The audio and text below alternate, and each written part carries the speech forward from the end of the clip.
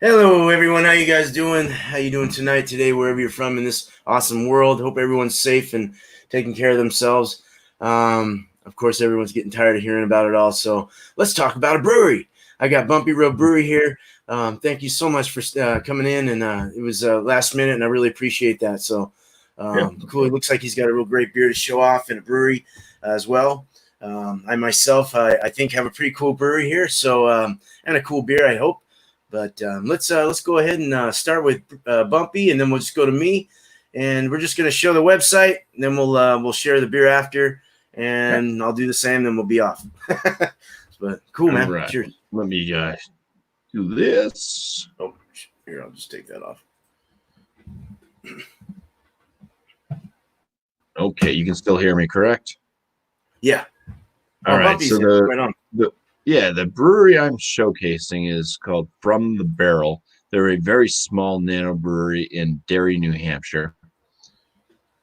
Let's see items. Right now, they have tip your beer tender. You can add $1 for your tips because they do little curbside thing you call in and whatnot. That's like really, really new because of the whole COVID-19 thing. Actually, I think it was past Tuesday when I picked up the beer that I have. They were still allowing you to go inside and place your orders. So it was like go inside and order. But I think they're coming down a little bit harder on that, and I think they want people to stay out of the facility itself. So you basically just call in your order or go on the website and order, and then they'll bring it out to you curbside type deal. Mm-hmm. These are a few of their beers. Strictly El Dorado. It's a 5.5% pale ale. And of course, it's only El Dorado. I did not get that one. Craft Beer Pours actually picked that one up in a growler. Um, they only have a few left of the coffee remedy here. I've never had that. Coconut remedy, I've never had that either. I guess the remedies their porter series, so they do different variations of it. Laughing in Advance is sold out, and I've heard that one's very popular. It wasn't available when I went, and I've never had it, but it's sold out. It's, like I said, very popular. Same thing as their Laughing in Advance in 4-packs. $16 for 4-pack, not a bad price. See if I can find. Oh, spare parts. Raspberry lime, $6 for a 16.9 ounce bottle. That's what I have is a 16.9 ounce bottle. I think I paid. Yeah, I think I paid $6 for mine as well. I think the prices have come down because they're really trying to move product. A lot of these smaller breweries to get traffic flow in and get their beers out there. They do have more beers than that typically. And the info, the about From the Barrel is a nano brewery located, and I already said that, in Derry, New Hampshire. Let me see if they have anything else on their website. Oh, there's their location and their hours. Right there, that's their phone number. You can get directions. So they do have, looks like they're open all 7 days a week. And they have very short periods of time in which they're actually open. So it's been really hard for me, mostly like when the kids were younger and stuff, to actually make it there, because I would have to make sure 3 p.m. I'd have to be home, make sure to get the kiddo off the bus and stuff. So can't always make it there, but I was able to do that with the circumstances this past week. That basically looks like the whole website. Like I said, they are a very small nano brewery, and let me just click on one of these things, see what happens. Oh, that's that's about what happens. You can just put your quantity in that you want, available for pickup, add to cart, pay, and go. Okay. So Nice. enough with sharing this. This was a not so exciting website. I'm sorry, but So far, I've been pleased with most of the beers. I've had one that I was not pleased with, and I'm about to have another beer that I have high hopes for. This one's called Ethan. It's an imperial milk stout that's aged in rum barrels. And it's 9.5% ABV. So let's go ahead and crack this open, give it a little pour. Didn't really have a big hiss on it.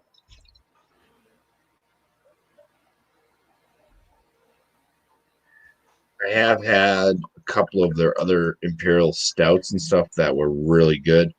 So I'm saying I have high hopes for this one. So the head is kind of a khaki color type bubbled, small head. Color of the beer itself. I'm picking up some like caramel to brown notes in the little reservoir down here. So it's pretty much a dark brown. The aromas on this thing, wow. This smells like rum. Oh, like I have some Oakart right over here. Genuine spiced rum. It smells just like the rum. wow. All right. The rum itself, actually, the Oakart there is a little bit sweeter in the nose. But yeah, huge amounts of rum. Get a little bit of that kind of barrel note in there.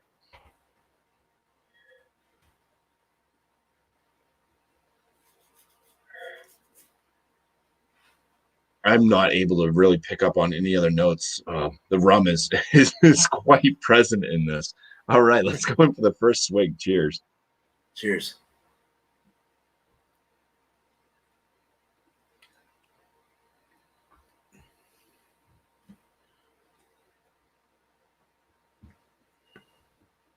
All right, so the rum is a little bit subdued, just a tad bit. You still pick up on a ton of rum in the flavor, but there's a little bit of a nuance of like chocolate notes in there coming up from the water.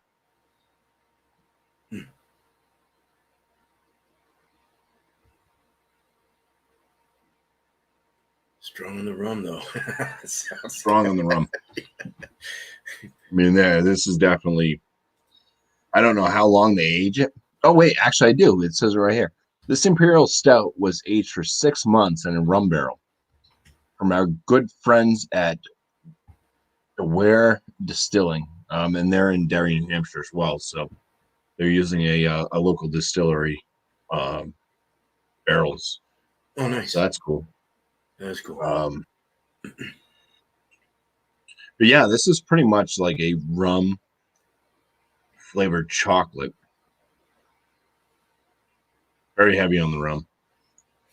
Not bad flavor. 9.5%. You said 9.5%. 9.5. Kind of a light body, and maybe just barely pushing into like a medium carbonation level.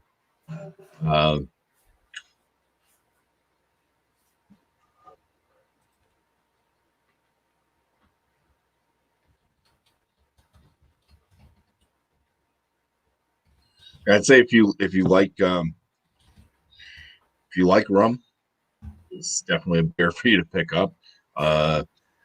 If you don't like rum or you've never had rum and want to try it, this is also a beer for you to pick up because it, like I said, it dials back on the flavor of the rum, so you can kind of taste it without having that burning alcohol note in your mouth. Right. Yeah. Simmered it down a bit. The belch tastes like rum. This is when it says that it is aged in rum barrels, I mean you are getting rum. I would hope for out of a brew, like I'm a home brewer as well. So if this was something I made, I would hope more of the base would come through. and have the barrel and stuff like that be a little bit kind of mid-range, so on the back end versus being the dominant note. But overall, it's not bad, but it's just kind of like a rum with some chocolate notes mixed in. So yeah, that would have been better with more there's nothing else I can say about this. It's pretty much rum. Yeah. No, backwards though. Like if it had chocolate and rum, that would be chocolate and then a little rum, or like barrel aged in rum, not a whole bottle of rum added to it, or whatever they did per glass, that is.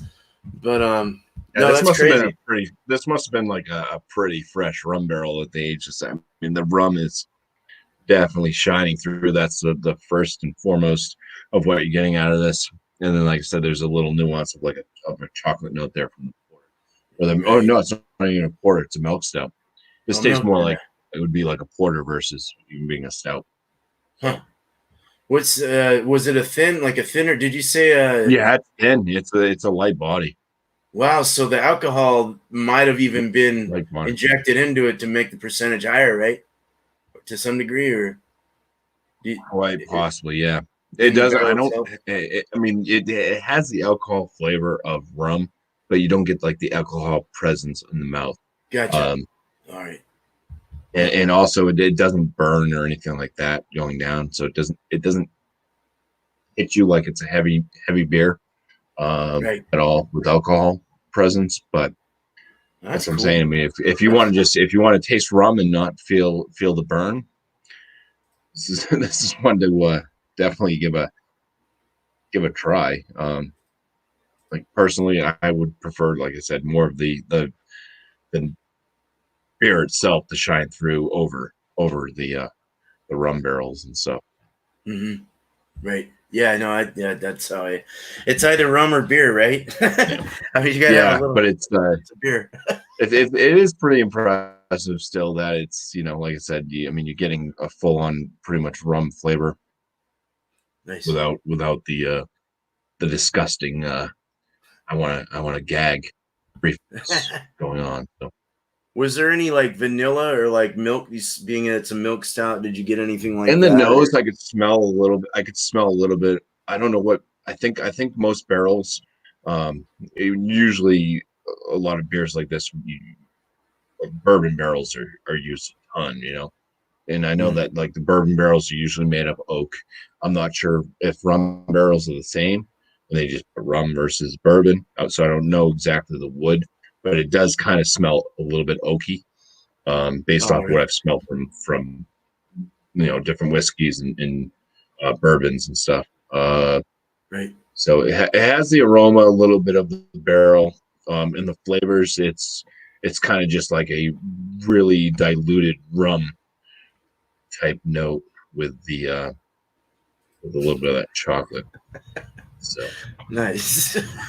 Ronnie's late. Yeah. What's Bumpy drinking? I'm drinking Ethan. It's an imperial milk stout that was aged in rum barrels for 6 months, 9.5%. Nice.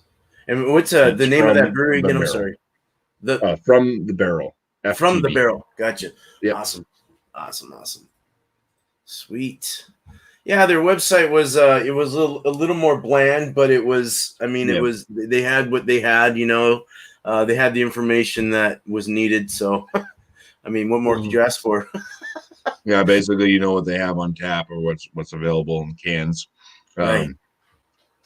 That's cool. It's not a. I mean, it's not a bad beer at all. It's just, rum. Cool.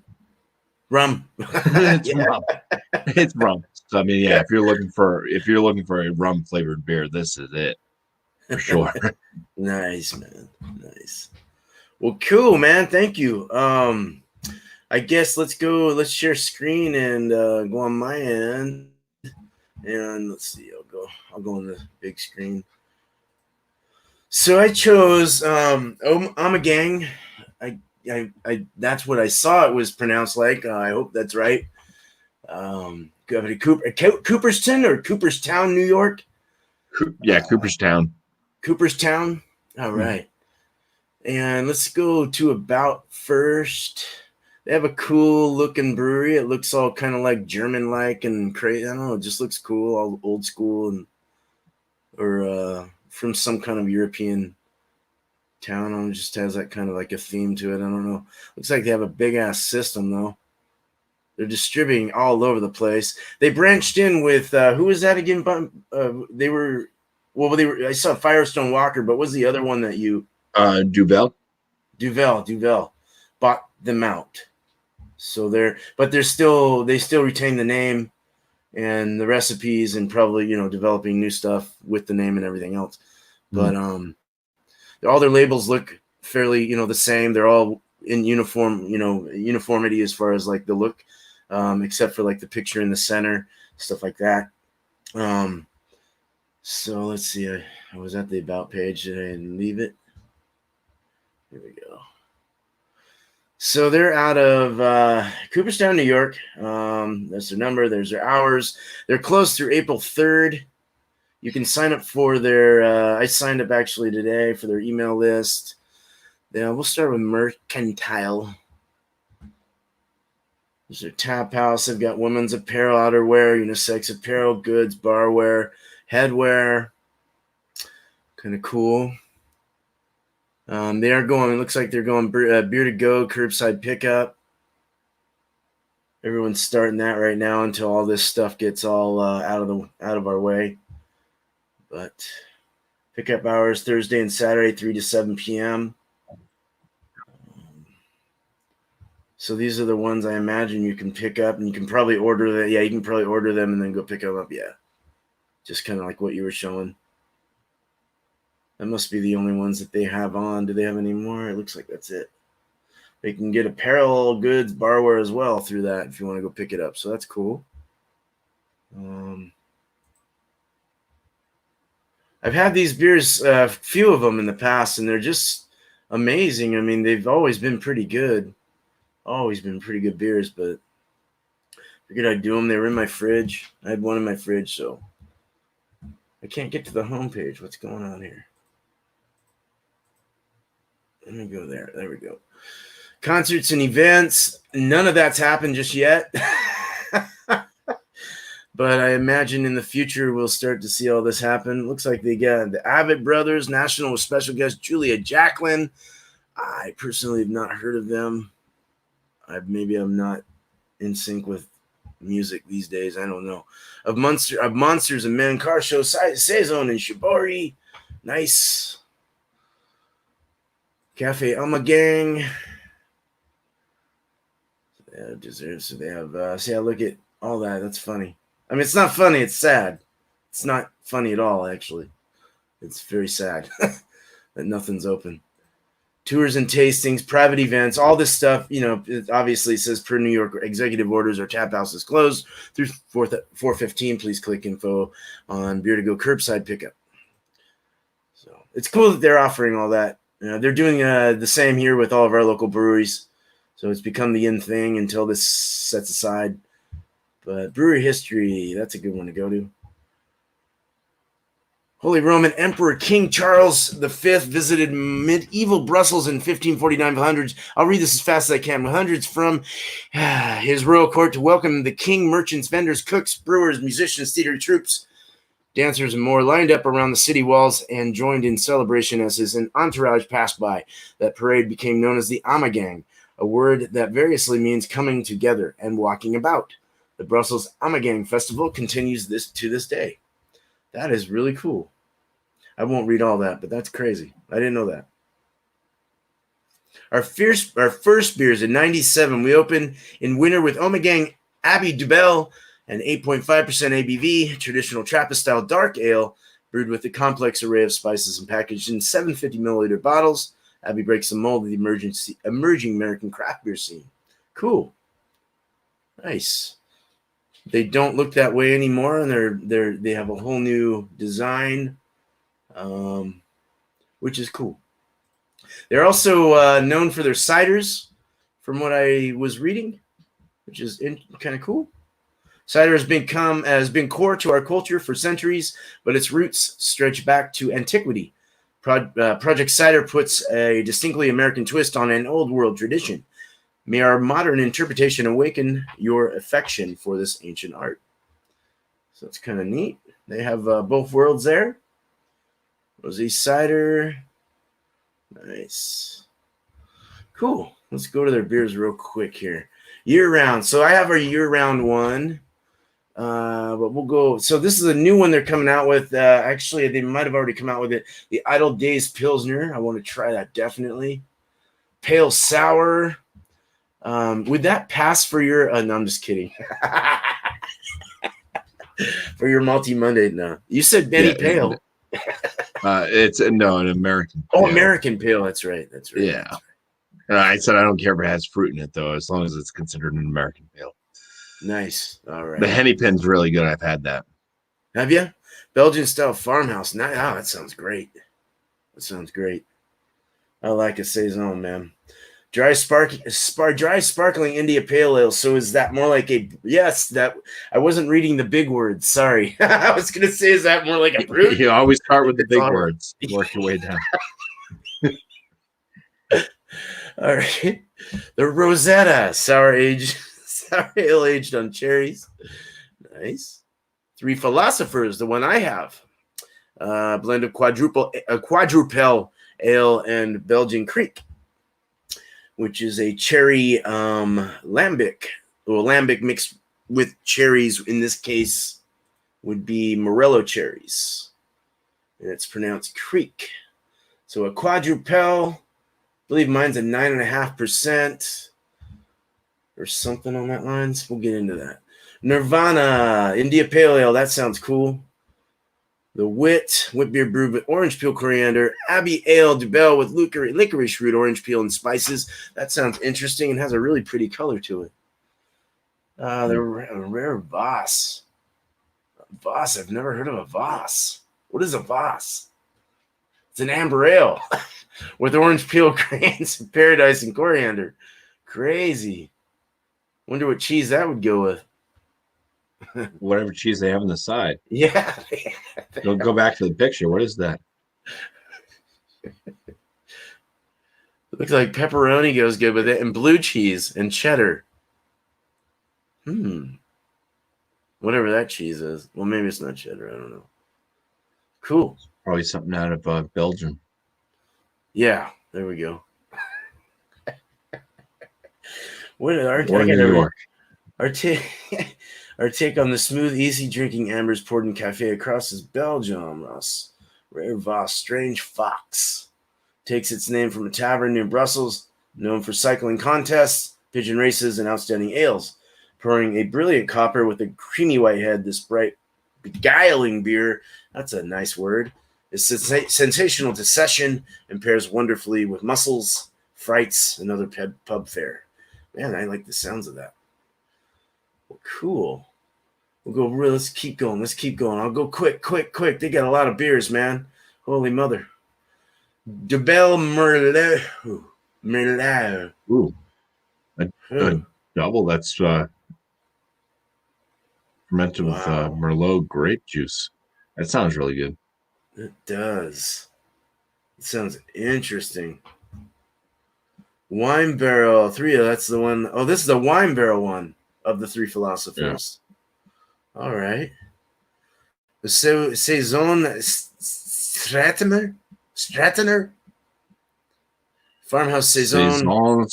Traminer.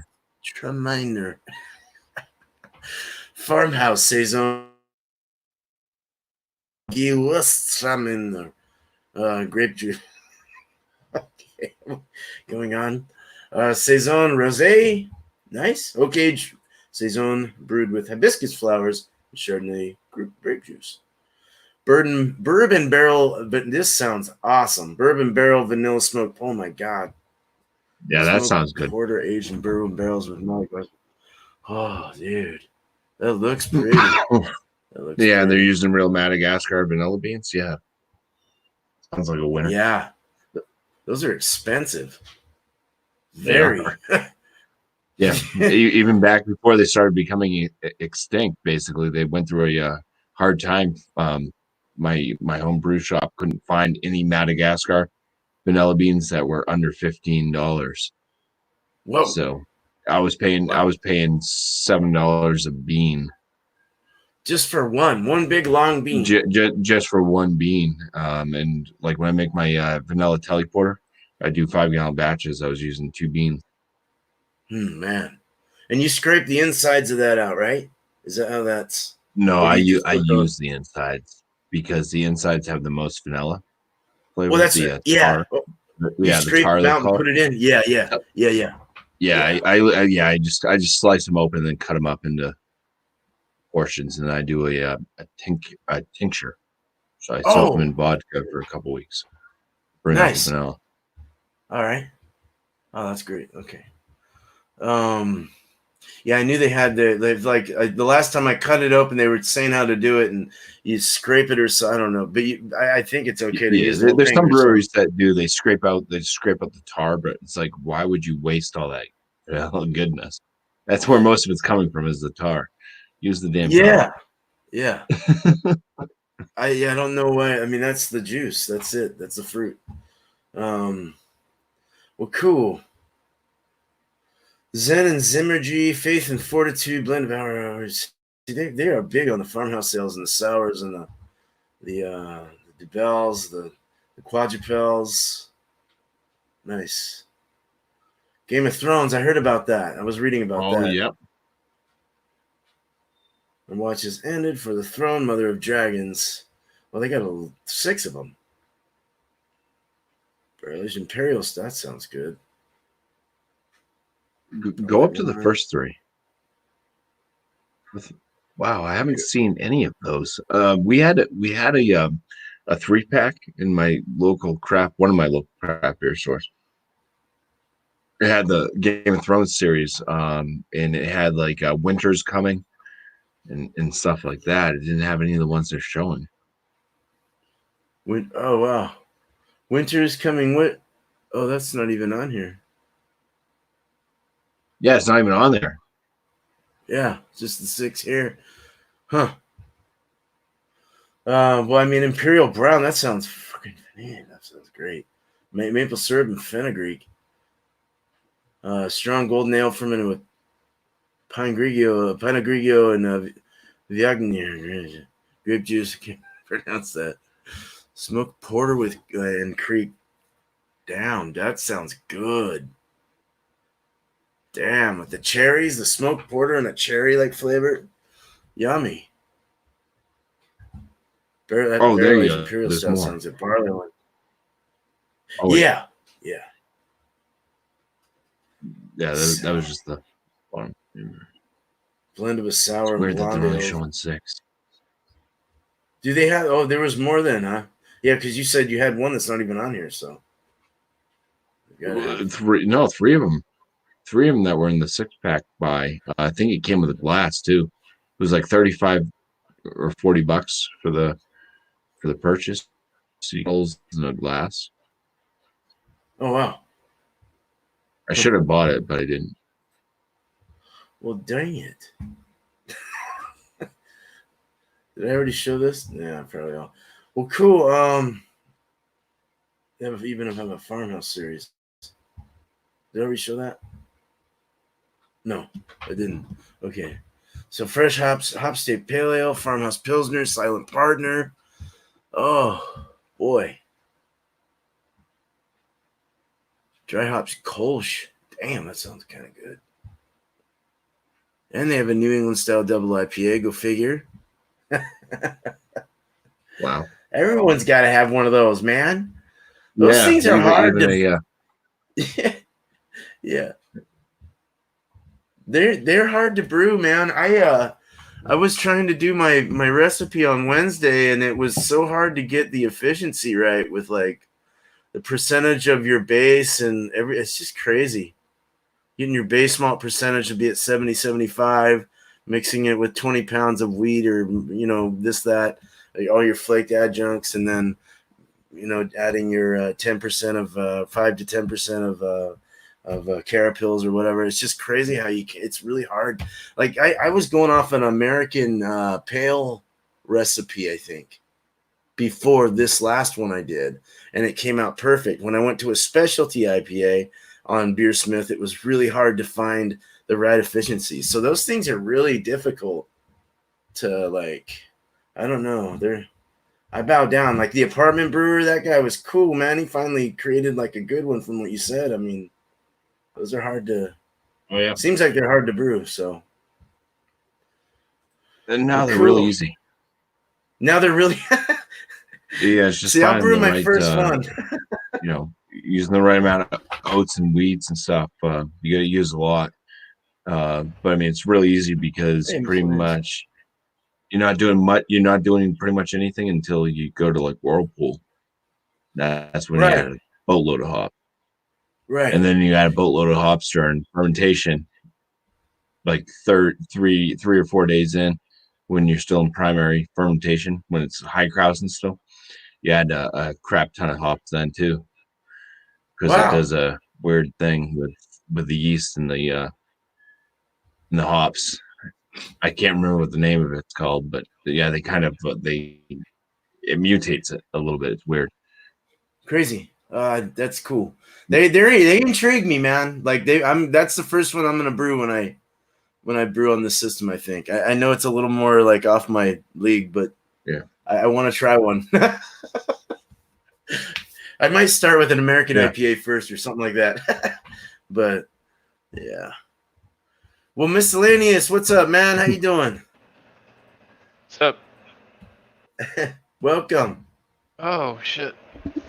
Sorry, I was hanging out, lurking around the basement. Oh man, I'm sorry. I was chatting away with this. I'll get my brewery. Welcome, man. I'll get my beer on, and we'll get the review going, and then we'll go to you. How's that sound? Cool, man. All right. So I've had this sitting out. It says to serve it at 50 degrees Fahrenheit.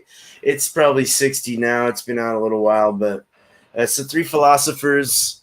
It's a quadrupel with the Creek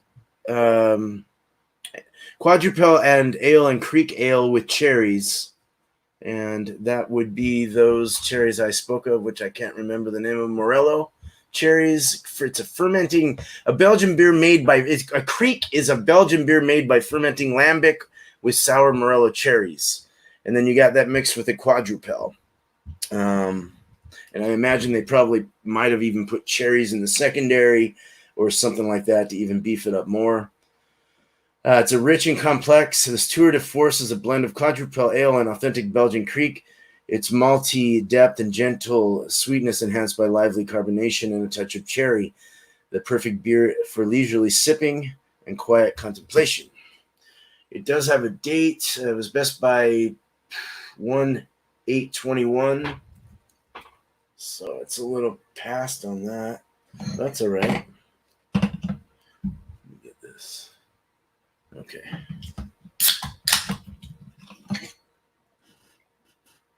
I've never had a quadrupel before. I've had a triple. And I've had a double.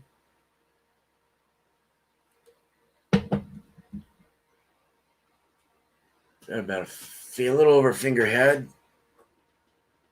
Oh yeah, it's got a little bit of a farmhousey, barnyardy kind of smell. It's got that wild funk, a bit of caramel, slight pinch of cherries, kind of a fruity, a dark fruity, cherry dark fruit. I don't know.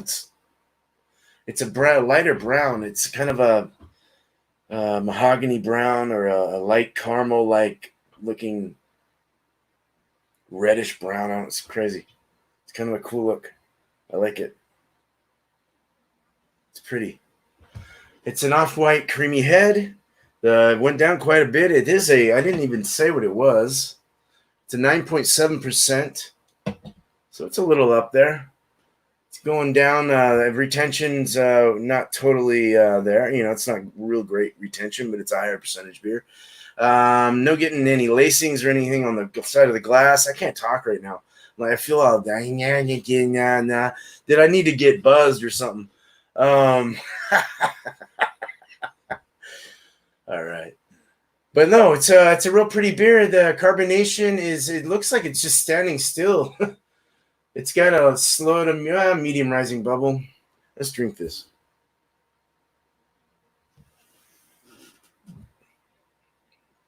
It's like smoky caramel with that edge of cherry. It's kind of a farmhousey band-aidy kind of taste. Footy. It tastes like it might be bad to someone that isn't maybe used to this style. I don't know. I don't know if is this how they're supposed to taste, Bumpy? I've never had a quadrupel before. Yeah, most of the quads I usually pick up on like the dark fruits, like you said you were picking up in the nose. So like dark fried, I can't talk now. Dark dried fruits. So probably like prune, raisin type notes. You might pick up on a little hint of chocolate. They definitely have cherry in there, so probably picking up on cherry. Cherry, And maybe sometimes like a leather or go type note. There's a leather. There's a leather, and there's like a cotton candy, and a caramel malty weird craziness. It's sour in the finish, kind of not sour, more of a dryish sour like punch in the back. It doesn't hold on long, so it's actually tolerable to me. It's not boozy, and it is pretty warm. Nothing's really going up. It does feel a little dangerous. I can feel possibly like it. I can imagine I'd probably get pretty heated up here in the next, probably after finishing this. It's starting to feel warm in the chest. It's really not bad personally to me. I don't know that I can drink a lot of them, but I can sip on it for sure. That roasty, it's roasty, like marshmallow roasty. That's weird. It's really strange tasting. It's good. It's not bad. Yeah. Well, cool. I'm down with that. Are we doing scores, or we don't have to? I mean, I'm not worried about a score. I didn't throw a score on mine there, but yeah, I'm not worried about it. I mean, I'd probably give this about a 4.25, actually. And you said 4.25. 4.25. 4.2. Who did you say gave it a 4.25 also? I think I'm not sure exactly what score, but the Bear Patrol. I think he was right around that okay range. At least a 4 to a 4.25. Oh shit! I almost knocked my table over. It feels 4.25 to me. I mean, it's made well. It's a good beer, but it's definitely desserty. It's a sipper, and it's a little sweet, and it'll fuck you up. So I'm not real down with those kinds of beers. I like a lighter, more sessionable beer, but yeah. What was the ABV? Out of 5. Sorry, RD. ABV 9.97, and that's a 4.25 out of 5. Zombie. Sorry. That'll get the night rolling. Yeah, it's doing it already. I'm starting to feel warm from it. It's not too strong, but it's both Beer and myself brought some fairly hefty beers. Miscellaneous. What'd you bring? Oh, I don't know, nothing that heavy. Well, that's okay. I was gonna do a shout out to Terrapin. Nice. Yeah. Yeah, I was at the store and they had this nice multi-pack. So yeah, and I saw that they added this Senior Crunkles to the mix. So yeah, I really wanted to try that one out. I've had the Hopsecutioner before. Have not had the Recession Ale. So, anyways, let's talk about Terrapin, I guess, for a minute. Get my screen share up. There we go. Yeah. So yeah, Terrapin. Founders John Cochran, Spike Bukowski, uh, who met while working in a microbrewery in Atlanta. The two recognized that they had something to contribute to the brewing industry in the Southeast, began crafting recipes. In April 2002, Rye Pale Ale made its first appearance in Athens, Georgia. Only 6 months later, Rye made it to Denver for the GABF. John and Spike took their gold medal for the beer in the American Pale Ale category. That's pretty cool. Didn't know about that. Two guys started at a 25-barrel warehouse, and I consider this almost a macro in the craft world. They make a lot of beer. Yeah, not too much. It's got a try not to scroll over that, but it's got a nice little timeline of how much they've been doing. Sustainability. Let's check that out. Oh, Terrapin. There you go. The impact of Terrapin has in the community. Blah blah blah. Oh, that's crap. Let's get to the beer. I've had this, the Hopsecutioner. Bitter, nice hoppy IPA. I enjoyed that one. This one was awesome. I've done a few reviews on this here with the beer man, the Luau. That's an awesome, very awesome beer. Tasted it, like I said, passion fruit, guava, orange. This one down here, I like this one, the Hop and Bubbly. This is a collab brew that they did with Miller. See, it's got the High Life lady on there. So, oh, cool. Some different ones I haven't seen. Moohoo, Jazz Cabbage, Watermelon, Goza, Mosaic, Red Rye India. That looks interesting. Oh, there we go. I had this Wake and Bake. I had this one time. This was very tasty beer. Mr. Crunkles. Sorry, I could click on them all. Peach Dreamsicle. Can art is off the hook, dude. Yeah.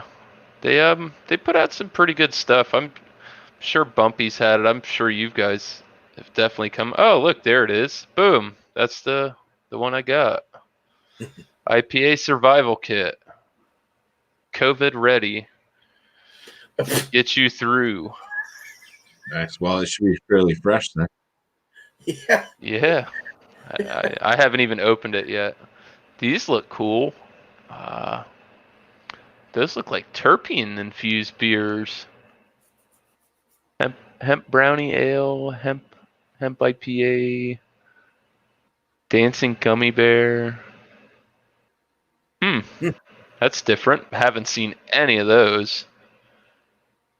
They're all themed off Grateful Dead kind of too, right? Is this company kind of Grateful Dead themed, or like Terrapin Station, or I don't know. So Dancing Gummy Bears, that's like Dancing Bears, and then Terrapin is Terrapin Station from Grateful Dead. Could be a play on words. They could be Deadheads. I wouldn't doubt it. Crunkles IPA Travel Pack. Senior Crunkles. That's the beer I'm going to be trying with you guys this evening. Right there. Yeah. Oh, it's shit. They got seasonals. Yeah, year-round beer tour. Los Bravajos, Mexican-style lager. Oh, there you go. The Red Rye. This one's piqued my interest. That sounds great, dude. Red Rye Mosaic. Here, let's click Learn More. Why not? Fine piece of art. Mosaic Red Rye is masterfully created using 100% Mosaic hops. It's different. Malts, 2-row, malted rye, Crystal 45, Crystal 65. I have no idea. That's more up your alley, and Bumpy's no clue about any of that. Breweries. Oh, look at that. It's a little GIF action there. It's on little specialties to add color and flavor to your beer. For the most part. Oh, take a tour. See what's happening. Not too much. Recent events. I can guarantee you none of these have happened. Anyways, let's get out of there. Try this beer out. Cool. Sorry, guys. It wasn't too informative. I thought their website would be a little more in depth. I got I opened the wrong side of the case. case. Son of a... There we go. Yeah, I didn't know what was happening. I guess you went on a little later. That's cool, man. Just ran into Rod J somewhere earlier, and he gave me the heads up. I was mowing the lawn. Yeah, you said that when I got your email. It finally wasn't raining in Oregon. Crying out loud. So, yeah. Senor Crunkles. This is a tropical agave IPA. Whoa. So more like a Southwest IPA, I wonder. Shit, I might have stumbled across one. Let me see. 6.5%. Best by 7:30:20. So, yep, this beer is fresh. What's the little details on the back? A legend of Crunkles is alive and well as we follow his time spent south of the border. Subtropical flavors, prickly pear and agave nectar complement a soft, juicy hoppiness in our newest ode to the traveling brewer. Senor Crunkles is a fruited IPA you don't want to miss. Look who's here. Oh, shit. Look at that. Your ears must have been burning. Hello again. We got to quit meeting like this.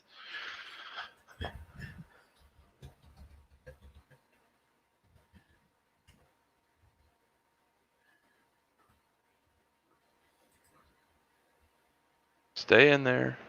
Stop. Hey, that was a nice pour. Holy crap. The clarity of this beer is phenomenal. I can read the chat through it.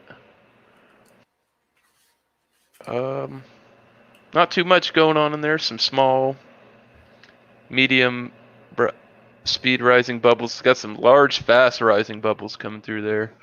Nice 2 fingers on the head. Man, this beer looks really clean. Smell on the nose.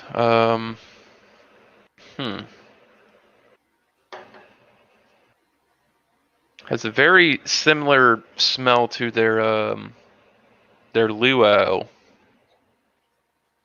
which I brought up earlier. Has the orange, passion fruit, and guava. This is a similar smell. This does look like a super ultra light beer. The light, it looks brown, but when I bring it around, I get in the other light. It's got like a really nice lemon look to it. Yeah. Let's go ahead and dive in there.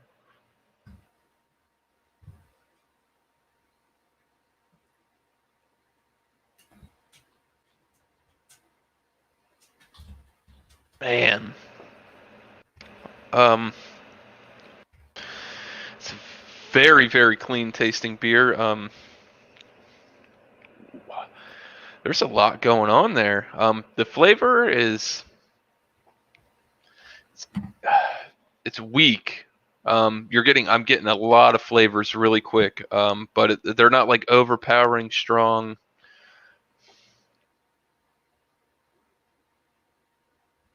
It's very complex.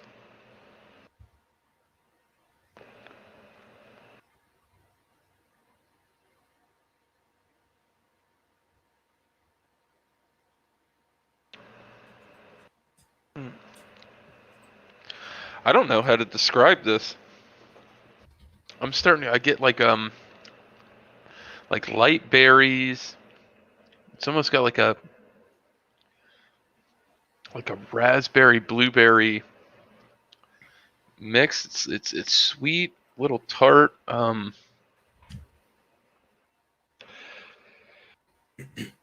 I I honestly don't know what to say. I'm not intoxicated.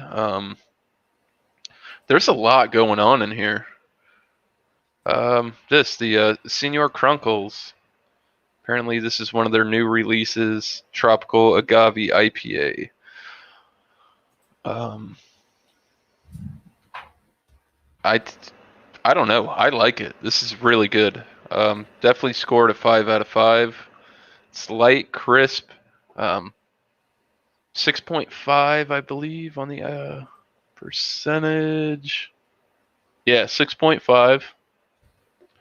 Definitely sessionable beer for sure. That go pick you up one of these. This is very unique. I'm sorry guys, I can't pinpoint this enough. The flavors are there, but it's so light and it finishes so quick. I don't know. Cool. I'm definitely gonna put one of these in the mail. Sorry, I can't give you much more. It's everything it is. Sounds like a good damn beer. Yeah, that'd be a dangerable session if it's 6.5. This is dangerous session. This is awesome. For real. It's Cool, almost man. got like a passion fruity smell, but it doesn't. I don't get passion fruit or guava type of those tropical southern fruits coming through in this. Like I said, it's got like a real raspberry kind of note to it. Sweet ripe raspberry. Wow.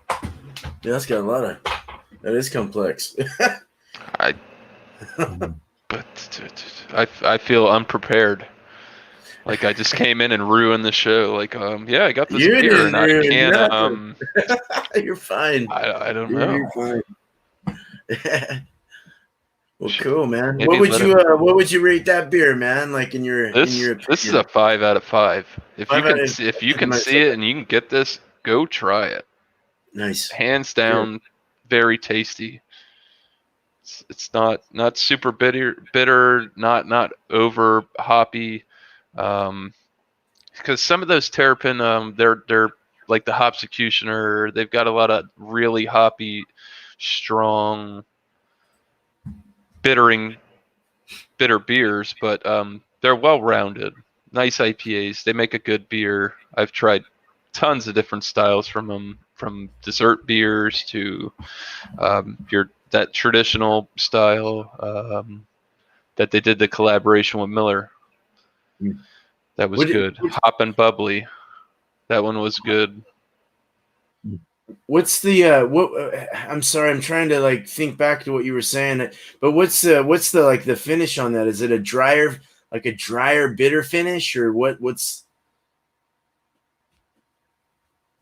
Because I know like West Coast compared to like Northwest styles are different. And I was reading about the two variations. It's not bitter.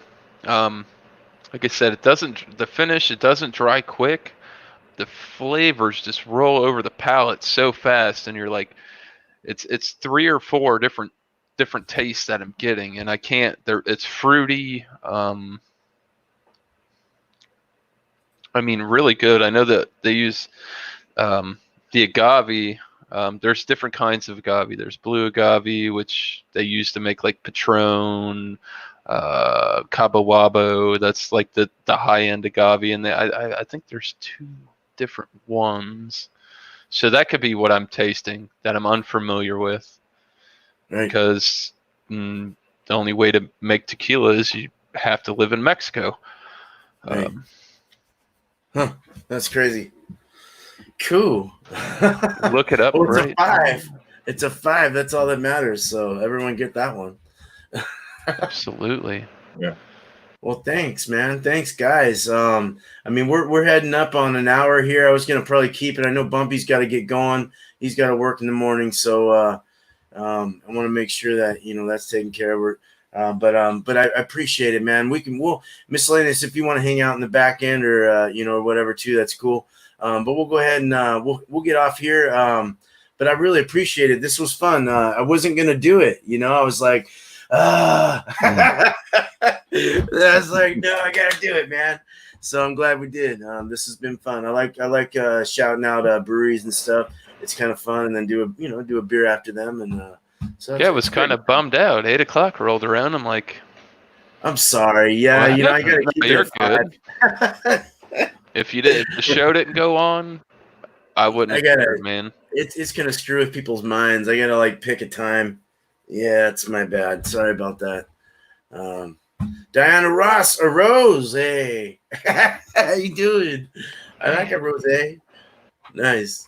Well, this might be the Southwest style because I have not tasted an IPA that tasted like this ever.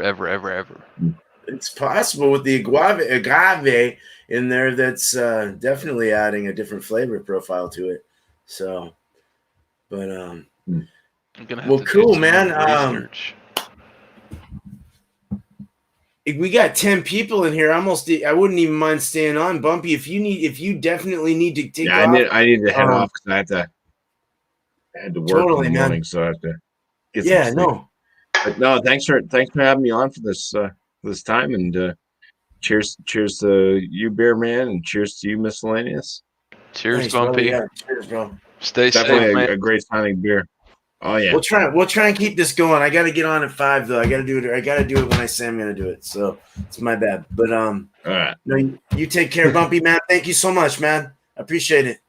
You guys, cheers, bro. All right. Good night. Later, Bumpy. Cool, man. I still don't know. That is so. I'm trying to marshmallows. Smoky marshmallow. I get that smoky beer marshmallows. Looks great. Smoky marshmallows and cherry. That's like the main thing I get out of it. It's a quadruple with a creek and cherries added. It's crazy. They've got that. They sell that at my store. What's the Ommegang or Ommegang? Ommegang, yeah. They have a bunch of those, and I haven't jumped into that. That's one of the ones because they have like 6 different ones in a row of that. I haven't quite jumped into it yet. I'm trying to go more obscure, but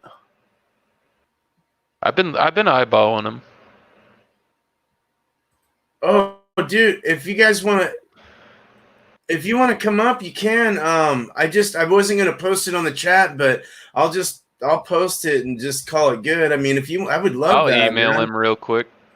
Yeah, do that. Or give him the link. There you go. Happy Meal, what's up? Wait, hold on. I don't want to bring you up. Who are you?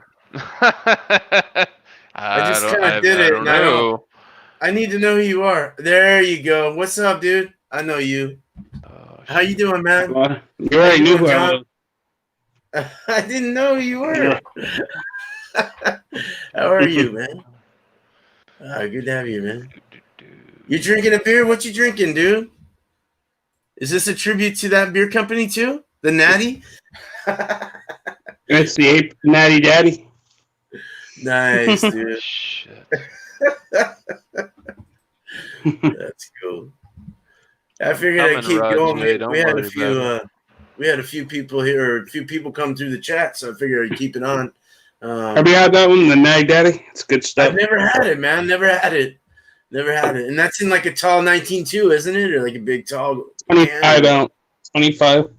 Oh, that's a big can. Damn. That was like, damn. Oh, yeah, it says it across the top. There you go, Rod. You are linked up, brother. Well, I got some other ones. Hold on here. Let's see here if you tried these. Hold on. Nice, Rod. This one's really good. Hold on. Have you tried this one? RD's drinking Natty Light too. Hey, all right. Yeah, I've never had that actually. I haven't seen that either. They have it here. they've got that brewery. They sell that here, but I have not seen that beer. Natty Days. I want to get a Natty Day. I've never tried one. Yeah. Is that the Lagunitas? Yeah, it's a straight up IPA. Yeah, that's pretty good. I like that. It's like their house IPA or yeah. I like Lagunitas beer, man. All their beers are pretty good. Pretty good Call stuff. it Lagunitas? That's how you Hey, pronounce Rod, how it? you doing, man? What's going on? What is happening? Y'all hear me? Wow. Absolutely. Yeah, we can hear Loud you and great. clear. Lagunitas. I have seen that, but never gotten it. That's cool because now I know I've been saying it wrong. 19.2 ounce can. I've had that one. No, that's the 19.2. Yeah. So what do you got, Rod? What you got on your? What do I got? I'm actually about to finish a West Coast IPA, but damn, nice. about to crack open a campfire stout. Yeah. Oh yeah. Talking about that last night. Yeah, it's the last one. I got to do a review on it, but I got one more left. I'm going to drink. It's Imperial Stout with light smoke, marshmallows, cacao nibs. 9% ABV. It's a great label. I mean, it's simple and it's like you're drinking the same thing Beer Man is. Yeah, this is the one I'm finishing right now. This is the Peripheral Vision. Kind of going through some practice labs. So this is the West Coast, old school West Coast IPA. It's got a nice classic feel with the pininess and the fruitiness. Nice. Little grapefruit, orange, tangerine, the old school type IPA. Yeah. Oh, you missed the vote last night, Beer Man. Stouts won. We were gonna have our last beers. Dude, that's steep. IPA guys were outnumbered. There's only one IPA guy, I think. I think that was Craig. He was the only one that said IPA. Man. I would have said IPA too, man. Dude, that stream last night went for 5 hours last night. I didn't realize. Wow, shit, we've been going for 5, but people kept watching and commenting, so we kept going. And I'm like, dude, I gotta end this thing. I gotta go to bed. It's too long now. It's too long, man. Yeah, I had to work. Everybody said they were entertained. We had a blast last night though. So thanks, Magnus, for being on there for a while. No problem. It got a little rowdy over there. People went from beer to politics to all kinds of stuff, but everybody, people were passionate, but everybody kept it courteous. Nobody tried to strangle anybody, but oh yeah, Redbeard was on there, right? I was there for a little bit. Okay, yeah. I had Redbeard, I had Swami, Whiskey Throttle. Craig was there. Craig was there at Kemp Beer Reviews. Nice. Magnus was on. So we've had a few people switch in and out, but it was all good. It was fun. It was entertaining for sure. Craig's actually up there.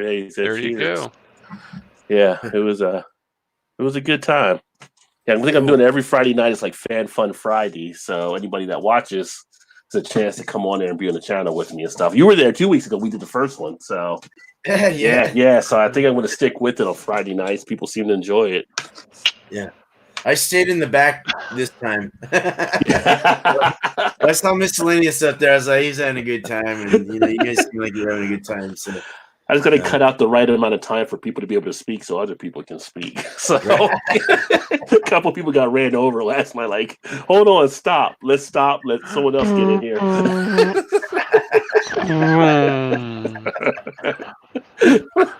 Oh, man. But you get alcohol involved, that can happen. So yeah. Well, we were hanging. No offense, but we were hanging out with some people north of the border. Yeah. I think Canada was the majority last night. So yeah, we were the minority, unfortunately, with our U.S. beers. Then they started arguing Canadian politics, and we're like, I don't know nothing about none of that. I'm ignorant. I'll tell you straight up. I don't know nothing about that. Throttle was Canadian. He's like, listen, they don't care about our politics. They're in the States. What are you guys arguing about? So it was all good. Thanks, RD. Yeah, this took some time to get the room set up the way it did. So appreciate that. I don't need a green screen because I put so much stuff on the back wall now. Right. Which I still need a neon sign. I need a neon sign back there. And actually, one of the things I did for the store, I haven't ordered yet, but I got like a clock for Rod J Beer Ventures, get your beer on. So I need to get a clock put up there and a neon sign, and I think I'll stop for a while. That's awesome, though. A clock. And I think I'm going to put the clock right where that poster is right there, because it's the same logo, but it'll be on the clock. So yeah. But we got auction site. Well, we did have auction sites around us until the coronavirus, where you can get like all kinds of deals. Like you guys can't see it here, but maybe I do this. I'll move my camera. But across from me, this Corona. I got a Corona mirror. Yeah. It's huge. Like, look how this thing is huge. Can you tell me how the future looks? I got it for like never mind. I got it for $8 at an auction site. This huge ass mirror with Corona on it. It's all coronavirus. Yeah. Right, I went to pick it up in a convertible, and they said, "Can you help me with the mirror?" I'm like, "What do you mean? It's just like a small mirror, right?" I thought it was like a small 8.5 by 11. No, not 8.5 by 11, but like a smaller type mirror. She came out the back with it. I had to ride home with the top down because I couldn't get the top. Yeah. I couldn't put the top up because it was so big. I mean, this thing is huge. I mean, there's a computer. There's a computer monitor. There's a computer monitor, and you can see how far this thing stretches. This stretches all the way across. So that's a bottle on the mirror too? Yeah, it's like a bottle design on the mirror with the Corona. This whole thing was $8. So I was like, how? Damn. I had to put this in a Mustang convertible with and it was like the old 2004 Mustang, so it wasn't like a bigger one either. So I'm riding down the highway holding onto the mirror with the top down, like hoping it doesn't fly off and like cause a wreck somewhere. Yeah. Yeah. Don't break that mirror. But for $8, I was like, that's a great deal.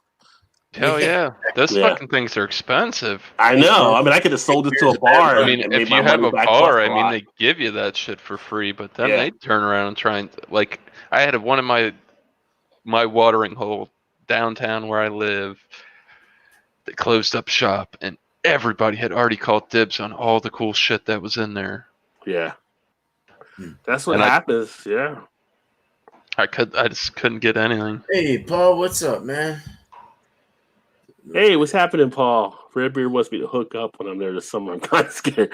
Be afraid, Beaver. Now, actually, from the guys that met Redbeard, that know Redbeard, said in real life he's totally different. He's like really calmed down and doesn't really get too crazy or anything like that. He's like a total opposite of what you see there. Well, it is a show. Yeah. Redbeard seems fine, man. That guy's cool. Oh, yeah. He's be a fun time. See, that's what I try not to be. Like, if you met me in real life, same person I'm talking to you right now. Yeah. No thrills, no... I just don't need to have a persona, an alter... I don't know. That's not me. Yeah. No, I'm the same way. I ain't going anywhere with this. You don't like it? Move on, or maybe I might have to. Yeah. You get what you get. That's what it is, Like Bernie Mac used to say, "I'm afraid of you, motherfuckers." That's right.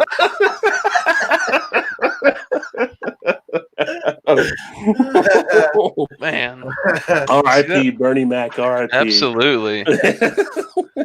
Man, he was that dude was Johnny on the spot. Yeah. You know what you do when your kids act up and they get old enough? You just chop them right in the throat. Yeah. If you ever see his milk and cookies routine, that's one of the funniest routines he ever did. Talking about taking in his sister's kids and how they went at milk and cookies in the middle of the night.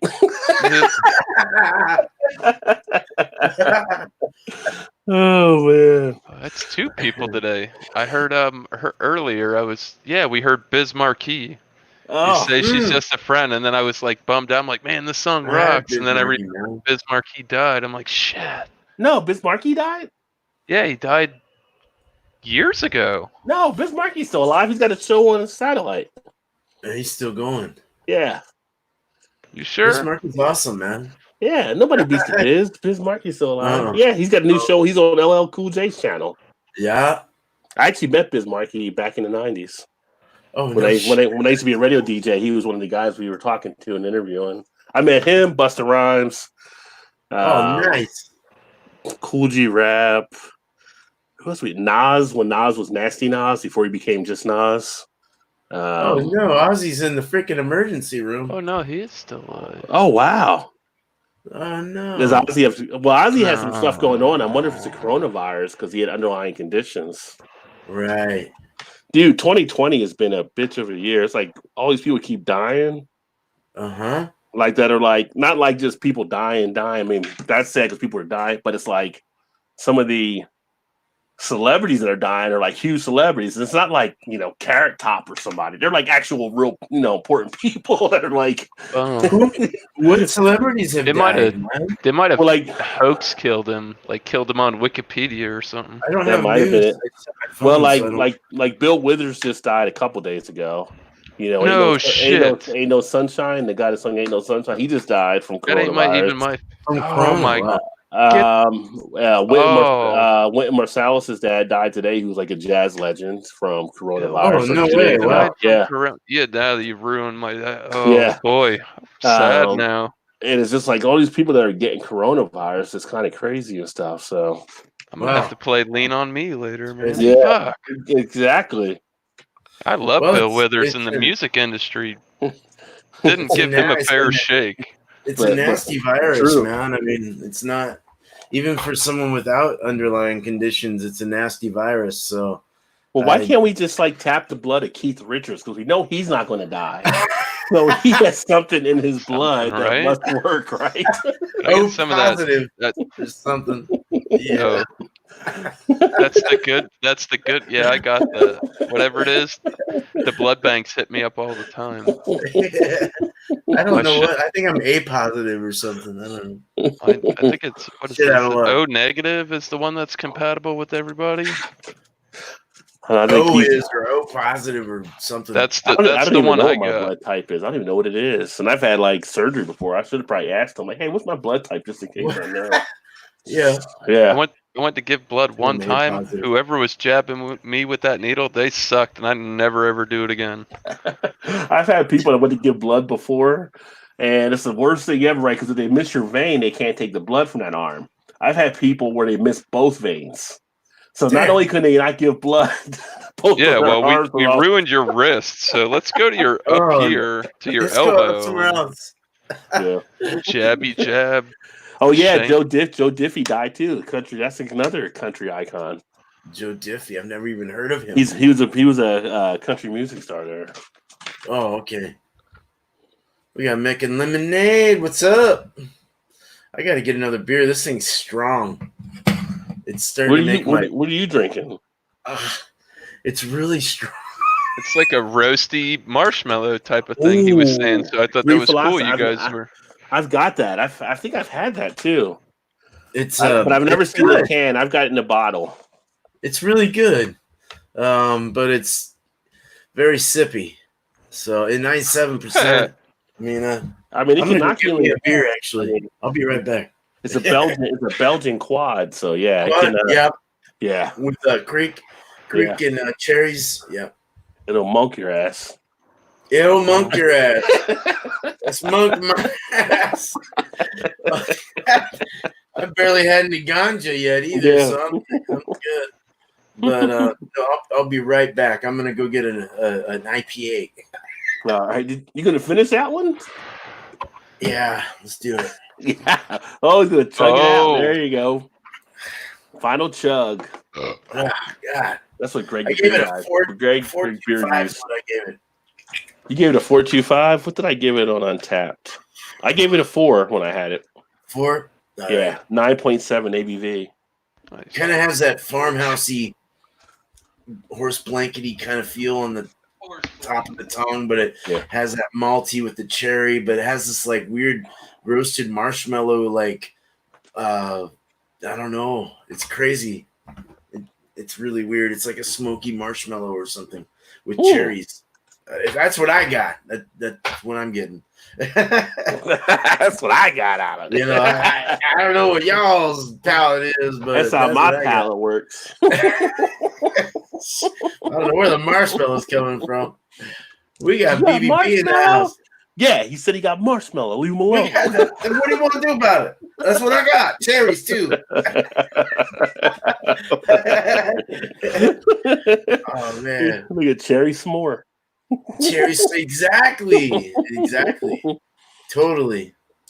What did you just drink, beer man? I got this. This is what I was. This is what we were kind of joking about here. Let's see. Ommegang's Three philosophers. It's a 9.7% quad with mixed with a creek with cherries as well added, probably the secondary or however they're doing it. I don't know, but three philosophers. Well, shoot, let me go get a beer. All right. I'll be Drinkest, Drankest, and Drunkest, the three philosophers. All by myself. They just left me here in the house. Yeah, it's I say I've enjoyed that one too, beer barbecue baseball. It's been a while since I've actually had that one.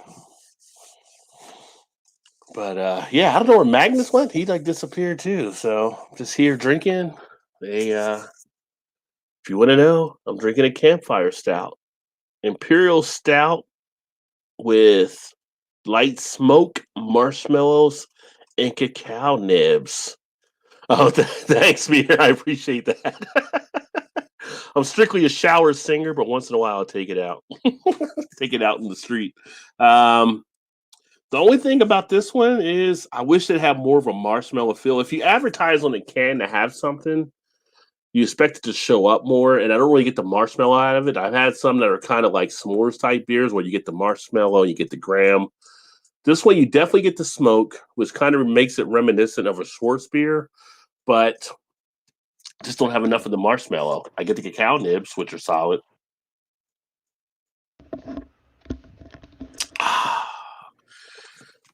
It's just you. Sounds good, Rajay. Thanks. Yeah. Yeah, Oh, I mean, it was sorry, just me man. all by myself, you know, so I'm like, yeah. Sorry, I had to tell my kids they need to put their phones down.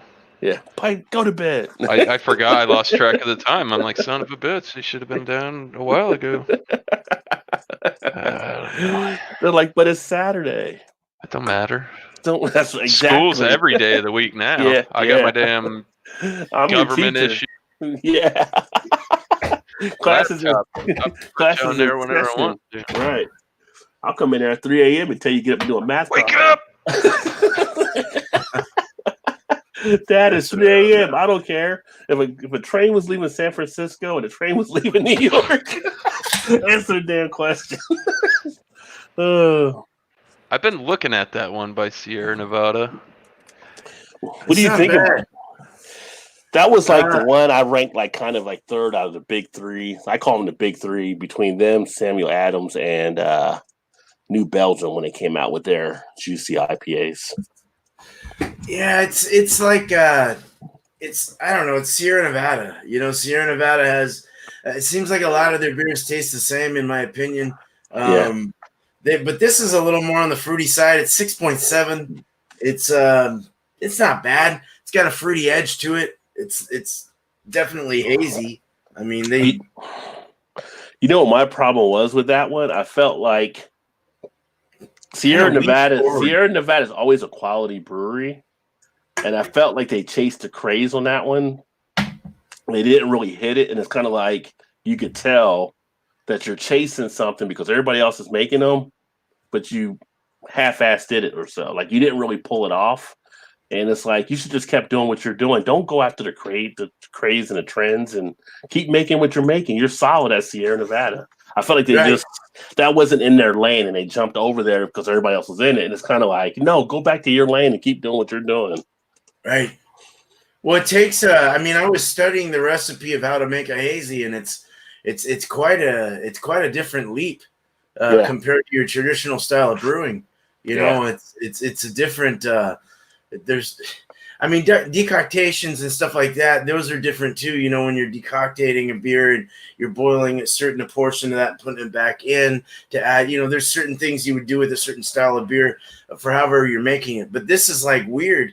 You normally put hops in at the 60, and then you on an IPA you go like what? 60, 30, 15, 20. Right, depending on where you're putting them in. 10, 5, Put them in the last 10 for the the aroma flavor type thing, but you're Right. putting them in earlier for the bitter. Yeah. And you don't do that here. Yeah. So it's like, and then you do it at a certain temperature, 185, then you break it down to 66, put more in, and then you put some in like during like primary fermentation towards the end, and then you go into a secondary. And it's like, it's all about aroma and flavor with these juicies, or with the hazies. But I don't know, they're cool. I like them, Yeah. I don't mind them. But it's kind of like, alley. it's like it's got to be like in your wheelhouse, I think, to pull it off. I mean, I don't know. Like, I've had like ones from the New England area, like Trillium or Treehouse or some of there. It's like, okay, that's in your wheelhouse. Like, you're great at kind of doing that or whatever. Like, I wouldn't expect them to make a classic West Coast IPA anymore. I expect Sierra Nevada to make something of a New England. Like, you've got the classic style, and it's kind of like, you're trying to evolve with it. I get it, because you're like, everybody's buying these kind of beers, but at the same point, people are still buying you because they like your classic style on things. So, well, then they have their porters in their stout. Like, they have like a coconut porter or something they made, and then like in their, I don't know. They have like a sample pack, 12-pack over here. I'm not sure what they have over where you're at, but they have one of them is like a coconut porter or some kind of porter. They do their stouts, porters, this, that. Yeah. But their main things seem to be their, like the Torpedo is a real piney, very strong. A lot of their beers are really piney, northwesty, in that realm.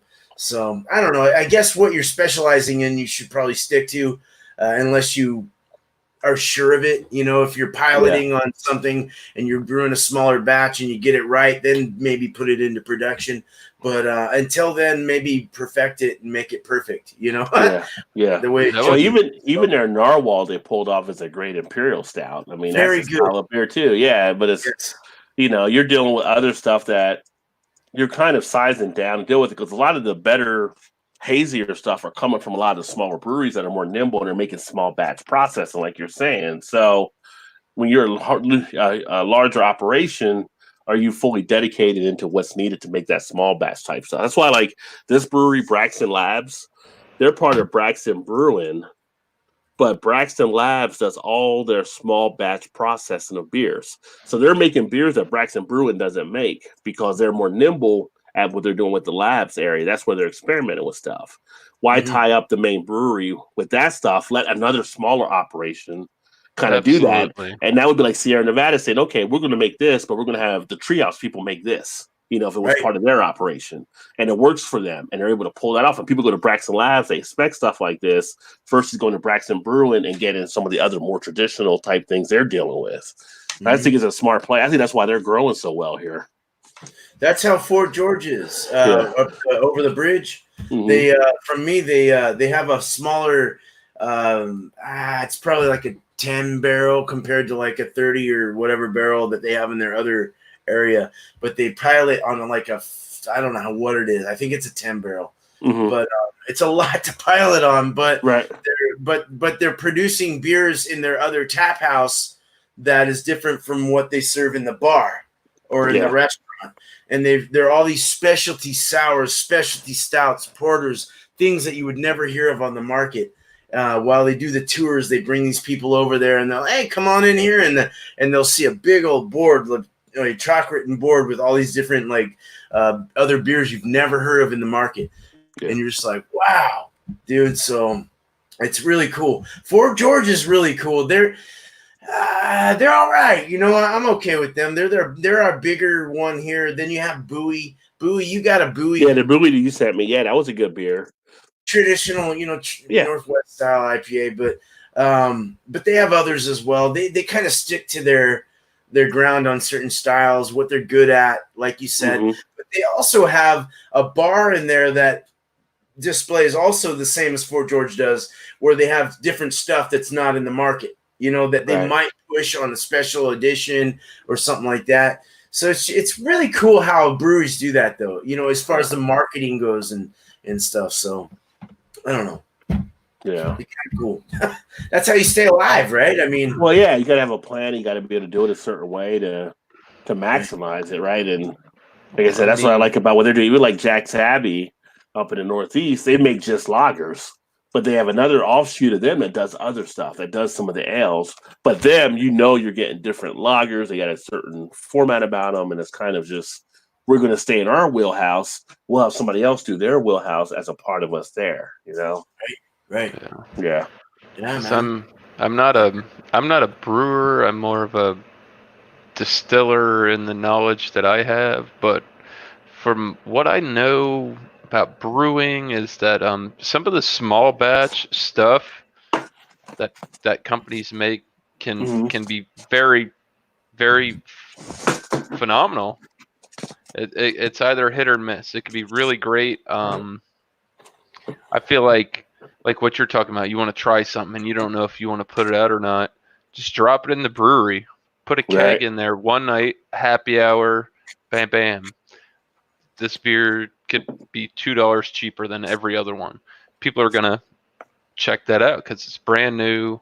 You're gonna get word of mouth, all that kind of stuff, which is great. Yeah. Because That's I feel what like I would do on my tap, man. the small batch has got the people are putting their heart into it more than doing this 100,000-gallon ginormous batch of beer. Yeah. You got to work your way up to even be able to do that, and still, small batch is going to be better than that, in my opinion. Yeah. Well, small batch or craft and the beer, barbecue, and baseball. I'm actually in the Cincinnati region here, so kind of in the Cincinnati metro on the Kentucky side.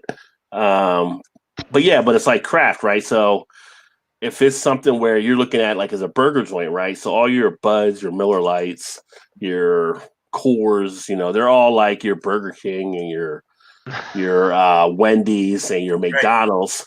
But that if you go to Ruth Chris or you go to some other steakhouse or you go to somewhere else like Red Robin or whatever, you're going to get a better burger than some of the fast food places. And that's like with the craft. Like, when you go to these small batch, you're getting a better thing. You'll pay a little bit more, but you're getting better for what you're actually looking for there too. Yeah, and you do have that heartfelt thing, and like, people put pride into those type of things. Not that they don't put pride in the other stuff, but it's made more for the masses along those lines. Absolutely. Yeah. That's pretty much the gist of what I was getting at. I mean, it's all good. Barbecue, it's all good. I mean, you got a couple guys, or you got one guy, and he's like, "Man, this is really awesome, and I want to push this," but you got to get it to the right people. You could send it to the corporate guys, and they're like, "I don't like this shit," but it doesn't matter what they like and what they don't like. It's what sells and what other people like. Exactly. It is like Joe Dirt. It's like Joe Dirt. I mean, because I don't know. Like I told you, I work in an AO home. I'm a cook, chef, whatever you want to call it. Just because it tastes good to me doesn't mean it tastes good to everybody else. Right. And you honestly have to know that if you're going to grow or do something. Yeah. Constructive criticism. It's like Joe Dirt, the Joe Dirt example. You may not like sparklers, but it's not about you. Snakes and sparklers. Snakes and sparklers. It always comes back to Joe Dirt. I only sell sparklers because I like spark. Well, it's not about you. It's about the consumer. You can always learn lessons from Joe Dirt. I'm just throwing it out there. People don't realize Joe Dirt is also a sales movie. It's about the consumer. Dipsy do's, dipsy don'ts. Joe Dirt's awesome. That's a good movie, man. You gotta watch out. I'll work at a Joe Dirt reference anytime I can. So it's funny. I hate to say it, hands down, Christopher Walken's part in that movie was phenomenal. Oh, it was hilarious with Christopher Walken. Dodgers, man. Oh, boo! I'm a Reds fan. There's been no Reds baseball up here, that's for sure. Which is huge because opening day, it was just crazy. No, the only thing I know in the update is that the NFL said they're still moving forward on stuff. That was what I was going to ask. The NFL thinks they're going to run it, huh? They're not backing down. They're doing their draft in 3 weeks. I think they're doing it like through video and stuff. It's gonna be interesting. I mean, WWE each week is still wrestling with no fans there, which is kind of weird. They're doing WrestleMania this weekend and it's free. Yes, I actually was. Yeah, I was talking with people that. Can you dig it? How you supposed to get hyped up when nobody's there to get hyped up around? You know, there's nobody What I there. said earlier though was They're all like wearing masks. I would watch Ronda Rousey fight Becky Lynch, but I don't think I want to watch. I don't know. I'm too old for that shit now. Well, I got watching two roided out, sweaty guys groping on each other. Sweaty guys, yeah. Oh, it's like a soap opera too. I don't know. It's like I remember like Mick Foley, Terry Funk, like hardcore days. Oh, yeah. Like when it was shit. When it was WWF. Yeah, before they got the whole lawsuit. Oh yeah.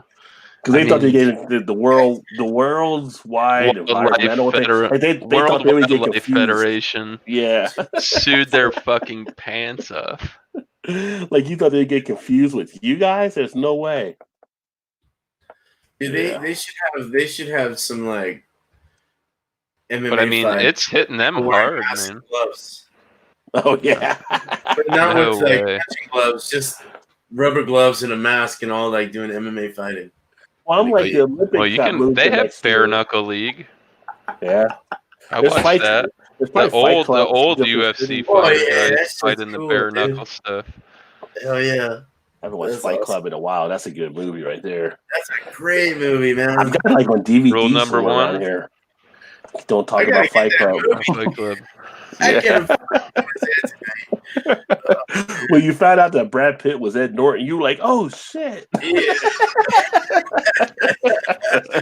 Well, then you got Need Gore. I'm gonna shout Need Gore out, but Need Gore puts up like a bunch of horror movies, and that dude, like, he's been putting up like these old '80s, like '70s, '80s, like horror flicks, and they're super gory, dude. Like, we're way off topic here. I'm sorry, but super gory, like cutting off the top of the head, and you see the head come off.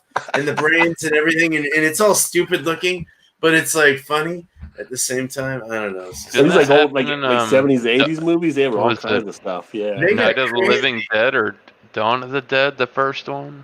Yeah, Night of the Living Dead. It's awesome. Or no, I don't know. Where it was like the person was there and the zombie was walking up, and they step on the box, and the helicopter like takes the head off. Takes it clean off.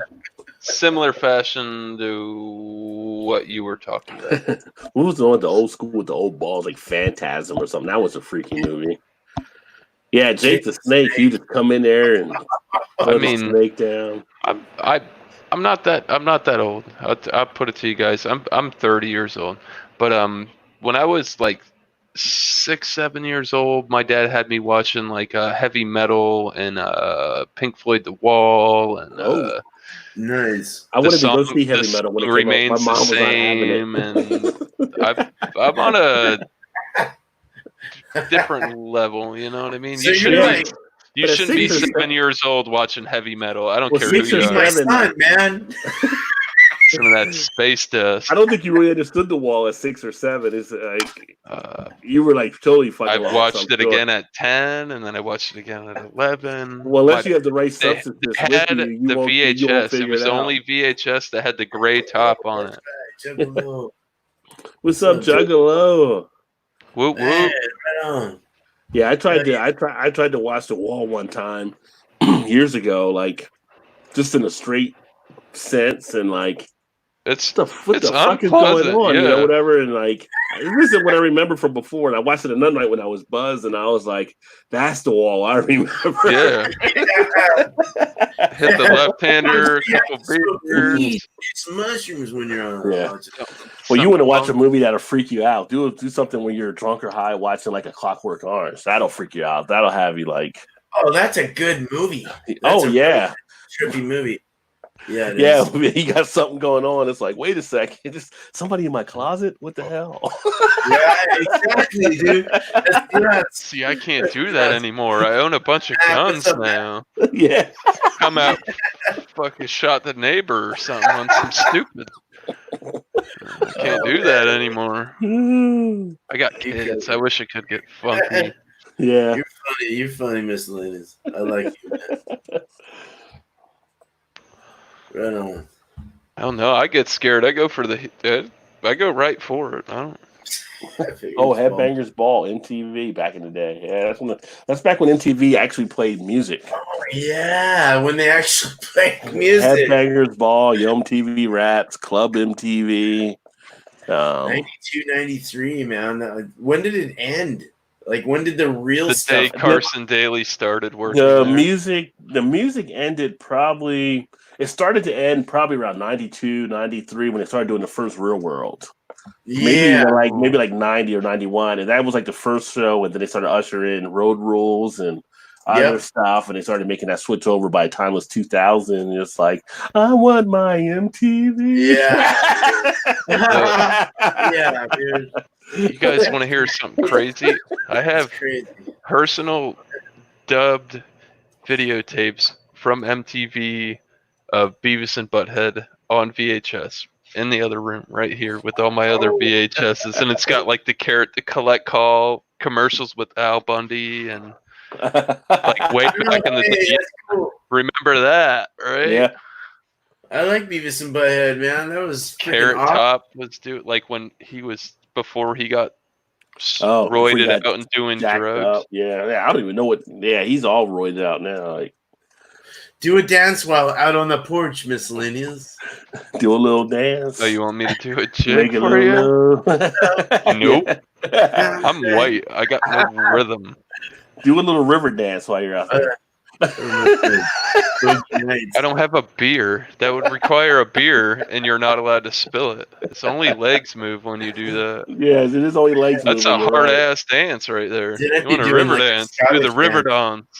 Yeah, I remember that was huge. Lord of the River Dance when it was all huge and they were going around the country and stuff like years ago. They haven't done it in a while, I don't think, but it was huge for one point. Those guys were on point. It was like Clogging Rockettes, but dudes. It was like Clogging went to Ireland or something. Like it's like Ireland Clogging. My grandma is dead now, but she used to always watch that, man. That's funny. Oh, wow. It's crazy how you see things happen through time and you don't think that you're going to be the one talking about it, but you are. You know, you always hear about in the day, you're like in 92, you'd hear about your dad or mom or grandma or whatever talking about things that happened in like 50s, 60s, 70s. And now we're here talking about things that are 30 years prior, you know, to all the young now. And it's like, damn, well, you know, it doesn't seem that long ago. You know? So it wasn't that long ago. It wasn't that long ago, yeah. I can't. I mean, I'm not looking forward to getting old, but when I get old and I'm like, go get me my Dr. Dre Chronic CD. You know what I mean? In there. We're gonna teach you youngins something.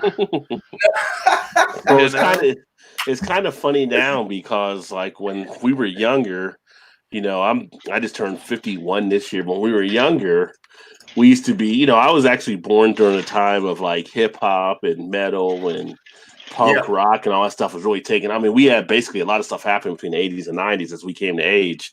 And, you know, sitting around with friends, like you realize like we're going to be old in the senior home. We're going to be having like, you know, it could be freaking Run DMC to fucking Pixies, whoever it may be. It's going to be like a crazy. It's funny when you hear like some of the older stations starting to play some of those songs now. It's like, wait a minute. Why is that on the oldie station? Oh shit, I'm getting old. You know what I like that was the two worlds was freaking Body Count, man. A Body Count with Ice-T, yeah. I got a buddy now who just got an Ice-T, and I'm like, you never heard Body Count before? He's like all over Body Count now. I was like, dude, that's like from the 90s, like when we were back in the day, but he's all over. He's like, I never heard him back then. Phenomenal. Like they had a great. What is Rod J? What are you drinking? Actually, I'm drinking between a whiskey and a beer right now. So, beer-wise, I'm drinking a Campfire Stout, which I showed there. And then whiskey-wise, I'm drinking a whiskey from Japan, Ohishi whiskey that was done in brandy bottles, or brandy barrels, rather. So, really good, really smooth, and I do like it. I started drinking it last night when we were doing the other stream We had a couple of the whiskey guys on at Magnus knows that they were like, yeah, that's actually a pretty good brand that you got there. What beer is that? Oh, that's a collective. Collective yeah. Art. The pineapple nice. vanilla. Collective Arts. I need to pick up some more of their stuff. They're setting the bar. They have a ton of different IPAs, and Yeah. my buddy was talking to me about them at the bottle shop. He's like, Ransack the Universe is one of them, and he says it's different. Each brew they make it's a little bit different. It's not quite the same, and they just sometimes they have a little bit of this on hand, and they throw it in to make the recipe stretch or whatever. But That's what I'm drinking right now. I think. Nice. Carbach. I heard a good It's stuff about them. 9.5% double IPA. Nice. I've heard good stuff about that brewery company. Nice. Where are they out of? Hold on. I'll be right here. Hold on. Okay, Carbach Brewing Company is out of Houston, Texas. I'll be back. Oh, Houston, all right. Right on Miscellaneous. Houston, all right. Nice, dude. So what's the Japanese? What's the difference between Japanese whiskey and sake? Well, really, sake is actually a different form of beer. It's just fermented using rice. Right. Versus whiskey, they actually still ferment whiskey the same way that we actually ferment whiskey. Which I didn't realize until a couple years ago that Japan used to have like the biggest bourbon bar in the world. We actually just got one back here in Kentucky where we actually have the biggest one now here in Newport, where we have like, it's the most under one roof. Like we have like a bar that has, I don't know, however many couple hundred different types of bourbon you can get. But there's a lot of bourbon drinkers in Japan. It's really huge over there. Wow. Yeah. They're big into craft beer too. They've gotten big with that. So that's really cool.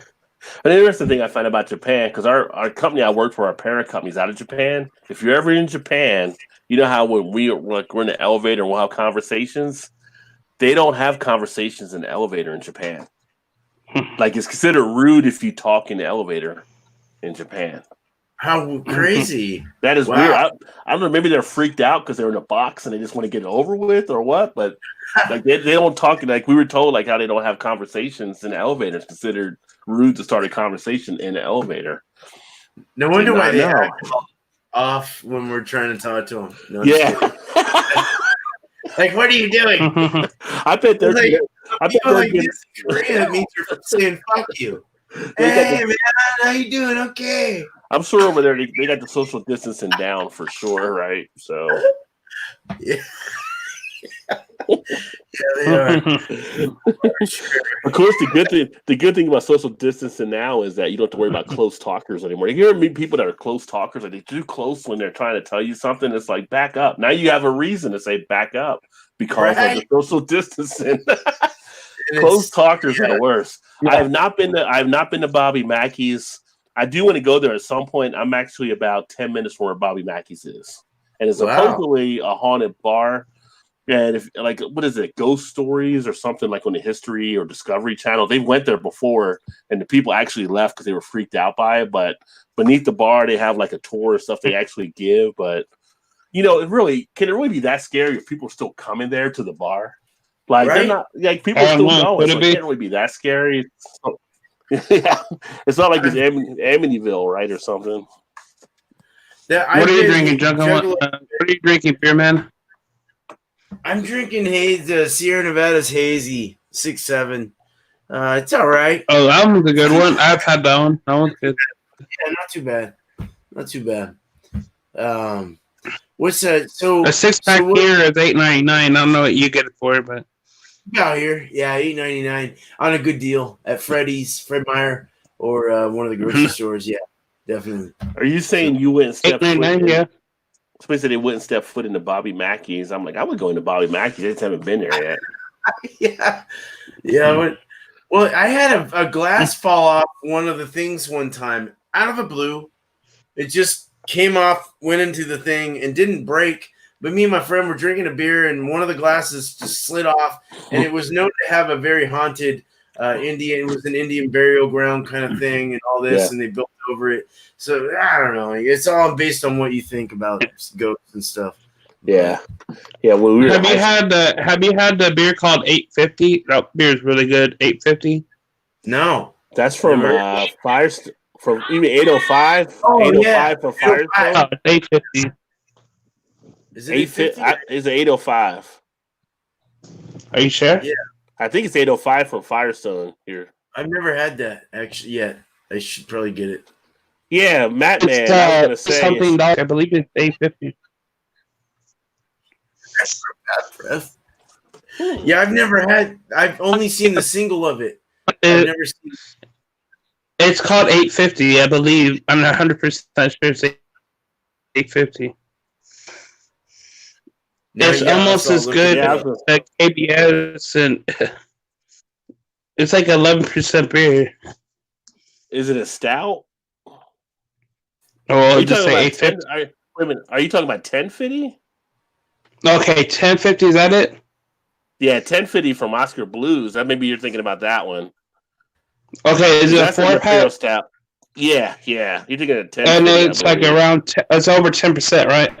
Yeah, 10.5%. The 805 Blonde Ale by Firestone is the one. Yeah, that's a different one there. It's $2, a 4-pack. Yeah, you're talking about 1050. Yeah, and they got that's one I'm talking about. They got a bourbon barrel aged that's real good too. This is the 805. Yeah, I've had the 805 is the only one I've had from Firestone. I've had that. Right. Yeah.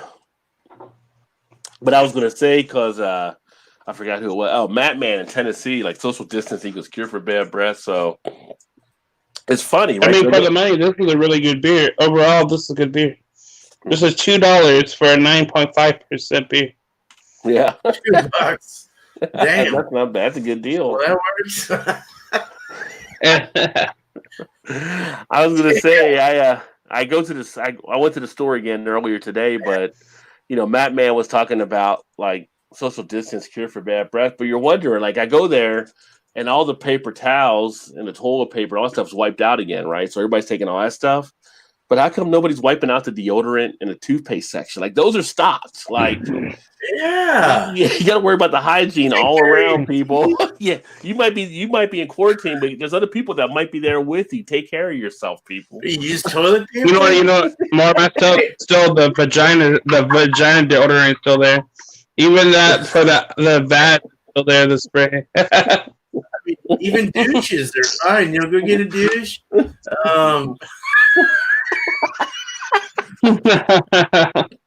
Even the bad spray to make it smell fresh is there. Yeah. All right. It got crazy. All right. Make it smell like vanilla or cherry blossom. Yeah, that's there. I'm just thinking there's some funky ass people at home walking around bothering other people. Like, you're funky, get out of here, Hey, but by the way, the underwear section's on fleek. They have a lot of underwear still. All the diarrhea cases. I mean, I thought they would go through underwear.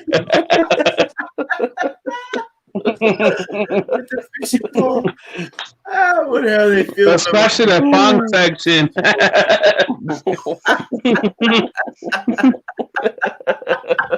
Wait, what? Oh, Tyler said, where are all the black people at? I don't know. I mean, shit. I don't know, where are the black people at? What kind of question is that? Oh, you know who the fuck Kyle is? True that. I don't know, where they at? Where they at, though? Some wax worms and fish in the fish tanks. Yeah. Oh, Lord. As long as the beer is still stuck. I can tell you this one thing. This has 180 calories, 20 carbs, and it's 9.5%. Yeah, we never have any issue with the beer section and stuff at the store. That's always been full. No, they make sure that's on fleet. The liquor store is always full. It's always good. Yeah. Yeah, we're still good on. You know what the messed up part is? The condom section is they have dust on the packages, so I guess everyone's like want to have babies now. I guess so. I mean, they're gonna rip open when they're having their. There's going to be a lot. There's going to be some Sex. babies around November, December. Yeah. There's going to be some babies kicked out. It's going to be Corona baby. The Corona generation. Oh, what are they gonna do? They're gonna fucking drink pretty much and eat. So That are some divorce out. The Corona offspring. Yeah, we call out the Corona. The doors are li- gonna be filled up. they'll be the lime generation. Give them a lime. It's part of the lime generation.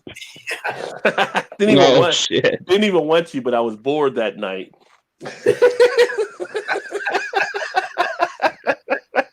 Ask your mama about it.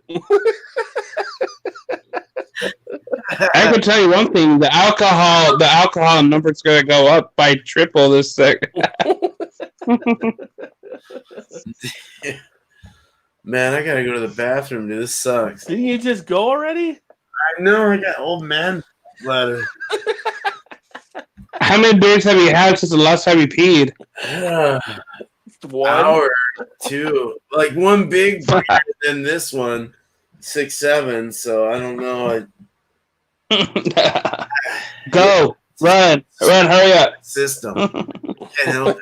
Baby bladder. I'll be right back. Hashtag baby bladder. Give me 45 seconds now. You got to mess with beer, man, when you can. I was just messing with it.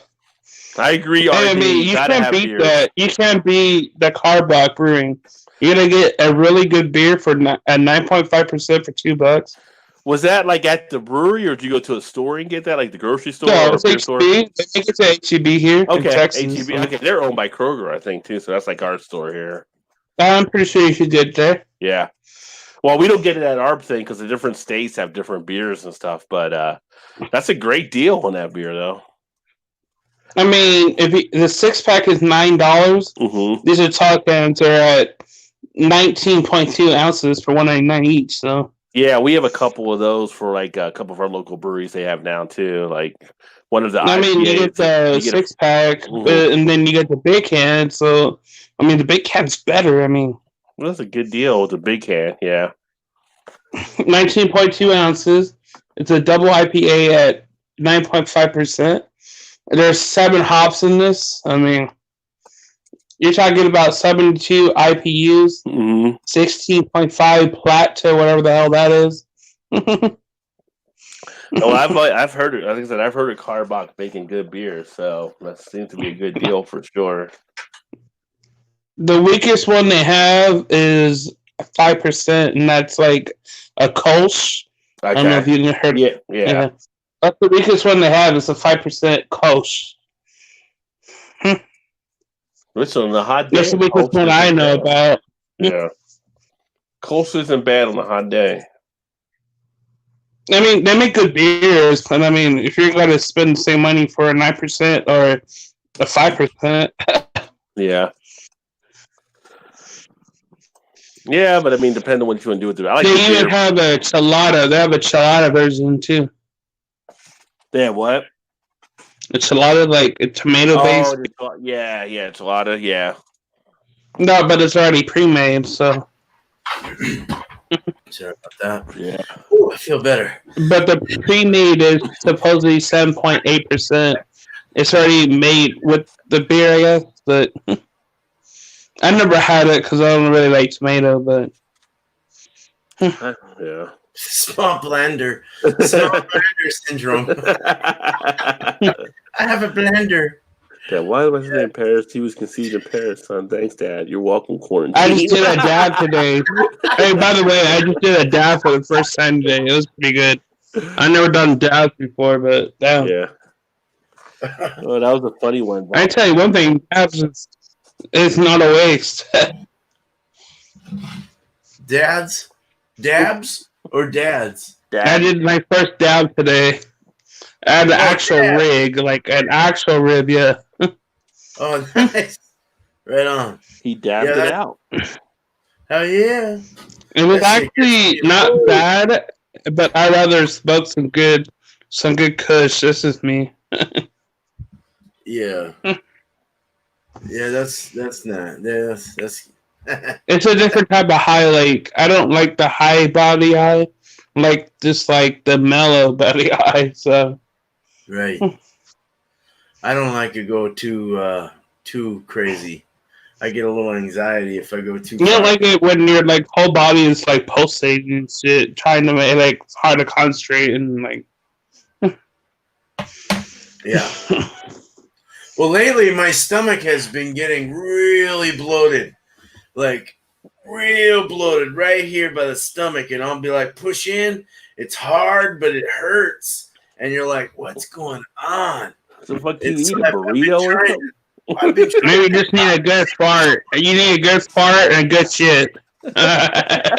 done all these things. I've taken charcoal pills. I've taken all kinds of like other stuff my wife's recommended from her supplement store. That's cancer then. There might be cancer. Fine. Screw that shit. I don't want that. I'll just smoke more cannabis to get rid of to get rid of cancer. Yeah. No, it's not cancer. Fuck that. I don't want to talk about cancer here. Cancer's terrible. Get rid of it. Get rid of it. Get rid of the CB too. Whatever happened to AIDS and cancer? Now it's COVID. Now it's COVID, and next they're gonna bring the bird flu back, and then the swine flu, and then the mad cow, bind them all together. Mad cow. No way, I remember that. That was funny. Oh, that wasn't. That was last year. That was last year's disease. Mad cow. Oh man. And the year before that was swine flu. There was a lot of like these crazy things just popping up. That's nuts. Yeah. Supposedly the COVID was already made by man-made. There was a man-made disease that got released. Supposedly, that's what they're saying now. That's some of the conspiracy theories. Go figure. With I really don't care, but I mean that's what it's saying now. Do you believe in it, or what do you believe? I mean, the flu is more deadly than the shit. No. 3 months, the flu will kill 20,000 people. This has only killed, what, 4 at most? The fatality rate on the corona is higher than the flu. It's just that they don't know how many people actually may have it right now, so the numbers are questionable. Yeah. Right. Yeah. It's all open right now. Everyone has no idea what to do about it. I just go around saying, "Back the fuck up! You're too close." Right? Yeah, there you go. Or worse comes to worse, it's like rip ass. Just rip that ass. You come within 6 feet, I will fuck you up. There you go. And bust out of the knife. Bust out a knife, too. Even my own wife, man, I'll be like, "Hey, you're too close." No, I'm just kidding. I will. Give her a kiss here and there, you know. It's like I will shank a motherfucker in the grocery store if I have to. Get away! I'll go to a sushi counter and grab a couple chopsticks and shank a guy. Turn your mic down. You said turn your mic down, John.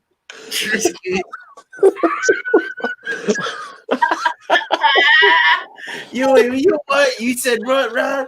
What did you say? Shake him with a couple of chopsticks. Shit. Back up 6 feet. Wait, I got my chopsticks. He's too close. Man, that sounds like a Dave Chappelle skit that should happen. I'll get you. Oh. You know what gets me is the fact that you got like, and I love it. I'll buy the sushi from our grocery store. I know it's not cooked.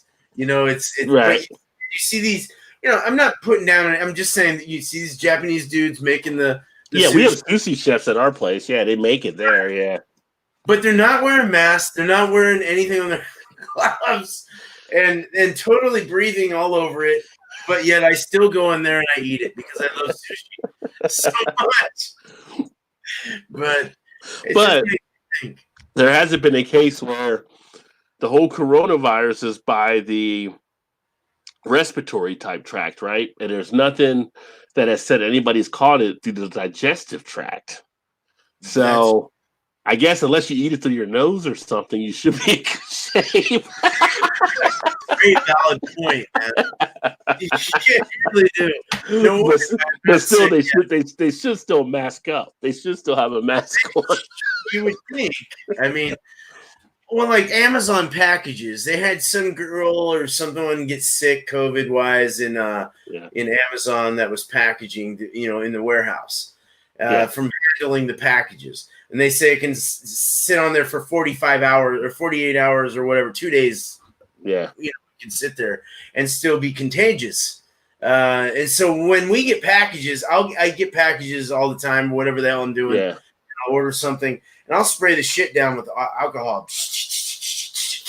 And then you open it and you got more to spray down. So that's kind of why I stopped doing my drawing thing, because I was like, let's just wait till this all subsides. Well, I think if you're sending it through the mail or UPS or like, I kind of figure like they say like it might be in a package for 2 days to 3 days or whatever it may be or whatever, but shipping time, right? So it's already been shipped. So that should be the time, hopefully, but it might be that last guy that delivers, right? But the workers are supposed to wear gloves, but is that guy from the Amazon van or that person dropping it off wearing gloves? You just don't know. I know some people that leave it out there in their step for like a couple of days or whatever before they touch it.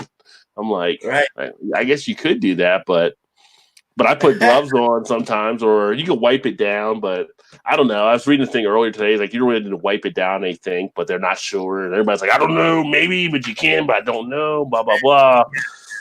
Yeah. It's like, I spray my bottles down every time. Anytime there's a 6-pack where people can go and touch, I go and take those. We'll spray them down with like some crazy stuff my wife gives me. She works at a health food store and she's all into like, what's thieves spray, thieves oil, and like all this weird shit. And it, I trust it, but we put them in the sink and we'll spray them down, let it sit for a while, spray it off with hot water, then put them in the fridge. I just got freaked out by someone telling me, hey, people are touching those 6-packs. You better watch those. I was like, oh no. Some things are worth the risk, though. Some things are worth the risk. Some things are worth it. Yeah. I just figure at some point we'll get to a point where we'll all have like metal containers, and whatever you get, you'll put it in the metal container. Then you'll back up, you'll put a suit on, and you'll blowtorch the hell out of the metal container, and the heat will kill anything inside the metal container. Yeah. And you'll pick it up and you'll move on with your day. Exactly. There you go. Yep. That's right. Ooh, it's just kind of crazy right now. the way our minds are working, with this frustration and this like not knowing, not knowing is what's making everyone crazy. It's not even the news knows, not even, and all the news says is 500 100 million people died. Okay, but can you give us the fucking age that these people are in? Can you tell us what kind of people are dying here? Can you tell us what people are actually getting this virus? We've only had 3-4 people in our area, in our county, get the virus, but not die from it, We've had 8 people in our county thus far. Yeah. Right. But it's like if you got an underlying condition, it puts you in a different situation. Like my wife gets concerned because I got asthma a few years back or whatever, but it's like I'm not around enough motherfuckers to really worry about it too much. I just go do what I need to do. I've been working from home for the longest time anyway. I was working from home before it. I was already pre-social distancing before social distancing became a thing. So I'm like, no big deal. So I go in, I put gloves on, I put a mask. Because she's worried about, carrying it or whatever. But it's kind of like you go and you do your stuff. But it's kind of like, I don't know. I saw people coming home today and they were out there playing catch with a baseball, right? Like, I don't know if they were brothers, but they're different people, right? They're catching in the mitt. And in their mind, they're social distance because they're over 6 feet away. But guess what? You're throwing back the ball without, by your bare hand. So you're still passing it back and forth if you do have it. It's like, dude. You are. Yeah. And I saw some other kids in the park, and it's like literally, I have seen parks go from the park is closed, to them putting yellow tape out, to people ripping down the yellow tape to still go to the park, to them putting fencing up around the park, to them now taking down basketball rims so people wouldn't play basketball. It's like, how hard is it just to fucking just stay in the house and do what you know? It's like, Right. some people just don't get it. We just had a thing where in Cincinnati, all these people got together and had a thing last night, like on a block party type thing. And like one of the guys got arrested because they found out the guy put it on YouTube. And so they found out, they knew who it was. But it's like, why are you guys all out here? And people are like, oh, if I get it, I get it, blah, blah, blah. And it's like, are you needing attention that much? Just say the fucking, like, I don't care. You know, if it was something that you all got it and you just put all you guys in one spot, that's fine. Have fun. But I don't know where the fuck you're going after you leave here. You might pass it to somebody else. Yeah, dude. Yeah. I mean, I've been getting, you know, I have sniffles. I've been getting like a runny nose for the past 2 weeks, right? Yeah. And a lot of it's from allergies because I don't feel, you know, I get like I have a rough throat, like cough, but it's not like, it's more allergy wise because everyone's mowing their lawns right now. They're doing a lot of these things and it's like, I haven't gotten tested. But yeah, maybe I should wear a mask because I'm coughing a few times. But I'm not sitting out there going all over everyone. Yeah. It's just when I'm in the you know, when I wake up in the morning after I you hear that little bit of your body's like resetting for the day. You get a little bit of a kick on the throat or something, right? Yeah. Exactly. So, and I have my vitamin C. I have elderberries. Another thing I like to have. Yeah. It's just good for the respiratory, for the sickness, for this, for that. So. You know, it's stuff my wife feeds me down, feeds down my throat. So, and it works and it helps. So I've been getting a stomach ache lately though, from drinking who said that? Who said that they've been, Beer Barbecue Baseball says he's been drinking more now than ever, basically. Yeah. And it's the same way here. We don't have kids in our house, but I'm drinking a lot more. I'm at the house. I lost my job, a while back. And it's fine. I'm okay. Financially, I'm okay for now. So we're cool. But I've been drinking a lot. And my stomach's getting bloated.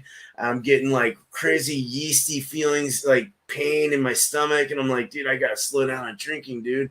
That beer will catch up with you, man. You get those like big, heavy beers. I mean, you got to lighten up a bit, Yeah, that's what people don't realize that. So like we were talking about it earlier. Me and my wife were talking about it. It's like, all these people are drinking more and more, and the beer sales are out. Like people, you don't want to be in a position where you turn into the beer kind of for that emotional type thing, right? So it's kind of like that's what makes it the worst thing down the line. Like I drink not as much more than I was drinking before, but I was already, like I said, kind of predisposed and used to being at home and doing all this kind of stuff. But it's kind of like when I do the videos, for instance, I did one earlier tonight. I recorded. I'm going to upload tomorrow. But it's like, I talk about why you want to have a head on the beer because you want to relieve like that bloatiness feel. You always want to get like a head on the beer to one to release the aromas as you're actually absorbing it, but it does release the gases so you don't feel bloated and things like that too. It's like when I go to order a beer somewhere out, like it's like sometimes I have to hold myself back. And my wife's like, "You gonna say something?" I'm like, "I'm trying not to. I'm trying," but they'll pour a beer and it's like, why do I not have a head on my beer? Like, why is like. But they're not. A lot of people aren't trained on it. Occasionally, I'll tell them about it, but they're not trained on how to pour beers the right way. So you don't want to get all bloated and stuff, but you do have to moderate it. I mean, I try to ride the bike and stuff. I have a bike here in the house, and usually I go to the gym, but the gym is closed, which was weird because I'm like, we got a 24-hour pass, but I guess they changed the code. Like the badges don't work if you try to go in or something. But it's kind of like you got to do something so you don't fall into that. So I try to. You try to read or you try to do other stuff so that you're not just drinking and stuff too. So you definitely got to be careful about that as well. So the boredom, like boredom will be a big. It's like what is it? What's that saying about being idle? As far as in a biblical sense, right? Yeah. So it's like you gotta stay busy. I mowed the lawn today. I edged. I did some gardening. I had to get out there. It was a nice day. My stomach felt a little better. I had some charcoal pill earlier that kind of took in a lot of shit. But man, I'll tell you that at this point, I'm trying to do everything I can to not fall into that cave of watching the Tiger King on Netflix. I haven't seen it yet. I gotta see this. Every post I get, I see people are watching the Tiger King. My wife was like, "Oh, you got to watch the Tiger King. It's such a train wreck." Like, I don't want to watch the Tiger King. You She's just like, reminded me. Yeah, it's like, why is everybody pushing? There's beers being named after the Tiger King now, and I'm like, why? Oh, no. Why do I have to watch this show? It's like I don't want to watch it. It sounds so awful, but eventually, if it gets to so much boredom, I may have to sit down and watch on Netflix the whole Tiger King. Me too. I might look it up tonight. Actually, after this, I'm gonna have to. It's like everybody's talking about the Tiger King. It's just like, but Right. we always love a good train wreck, I guess. So that's why Jerry Springer is still around. People love watching train wrecks out there. I like to smoke train wreck, too as well. But yeah, a big shout out to Elbow too. Cheers, my man. Hell yeah, dude. He's down there in Florida. Cool to have Elbow, man. Yeah. He's a good dude. Elbow's been rocking his channel. Elbow's doing some beer reviews now too, along with the music. So yeah, I got to catch up on some of his videos too. Don't you love his I agree intro? with Beer Barbecue. Stay the fuck home. Oh yeah. It's so classic. Come on in. It's like Mr. Rogers style. You're like, come on in. Come on in. Yeah. I'll put my shoes on and let's have a beer. That's great, man. Yeah, I'd like to be my neighbor. Yeah.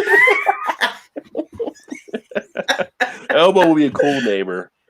Oh yeah, dude, he would be. Speaking of beer, barbecue, and baseball, to stay the fuck home, which I highly agree with. Have you seen the Samuel L. Jackson video yet?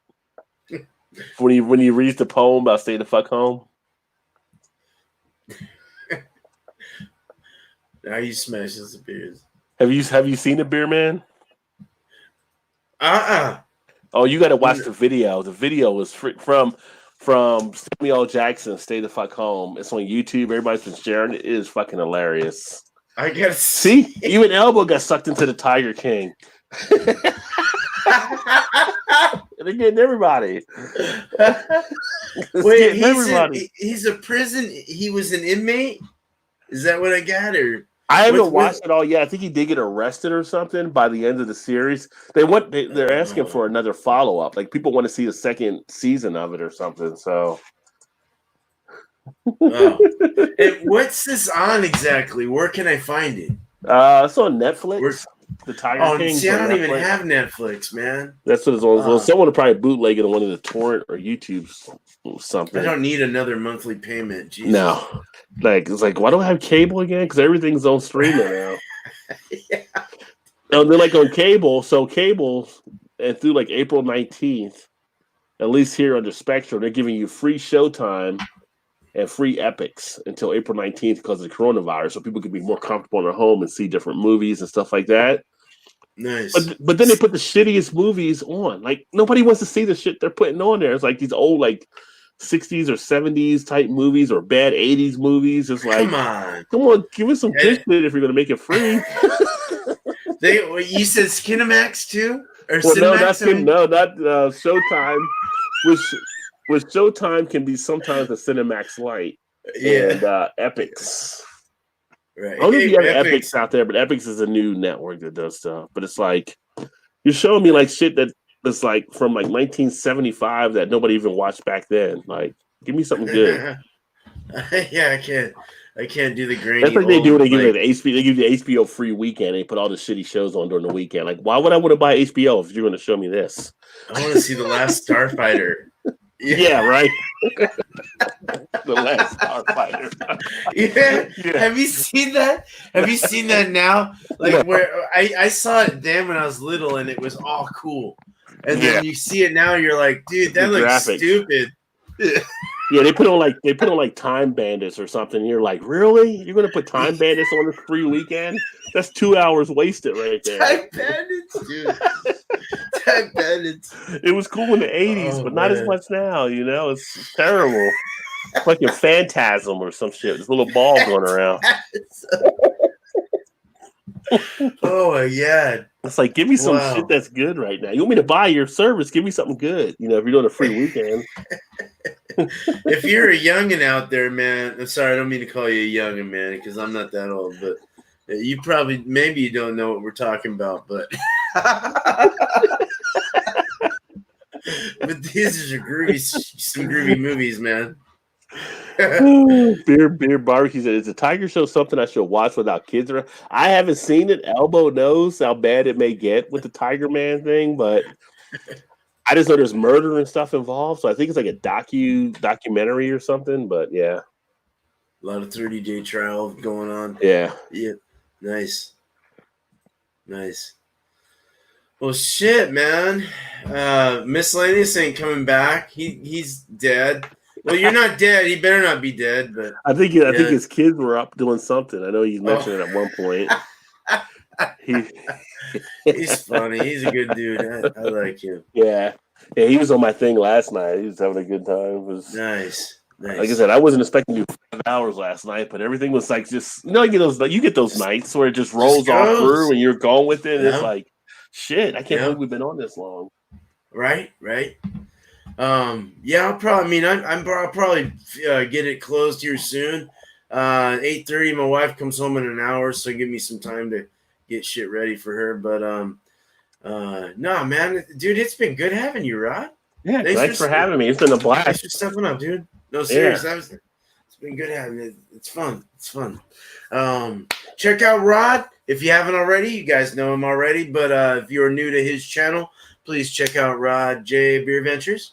He has been doing a lot of live reviews lately, a lot of live streaming, this, that, and it's very cool. He puts out some very good beers, and he's a very, very good reviewer. So check him out. Right on. Well, thank you, Rod. I appreciate that. Thank you. Oh, no problem. I'm gonna put everyone that's been on my panel. I'll put them in my description. I'll also put in the breweries that we described earlier, so everyone can kind of check them out. So no, I appreciate it. I'll shout you out for sure. But cool, man.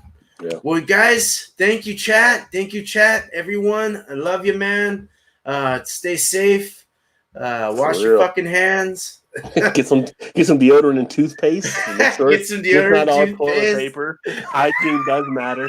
Hashtag hygiene matters. Exactly. we may be ordered to wear masks soon, so be prepared for that.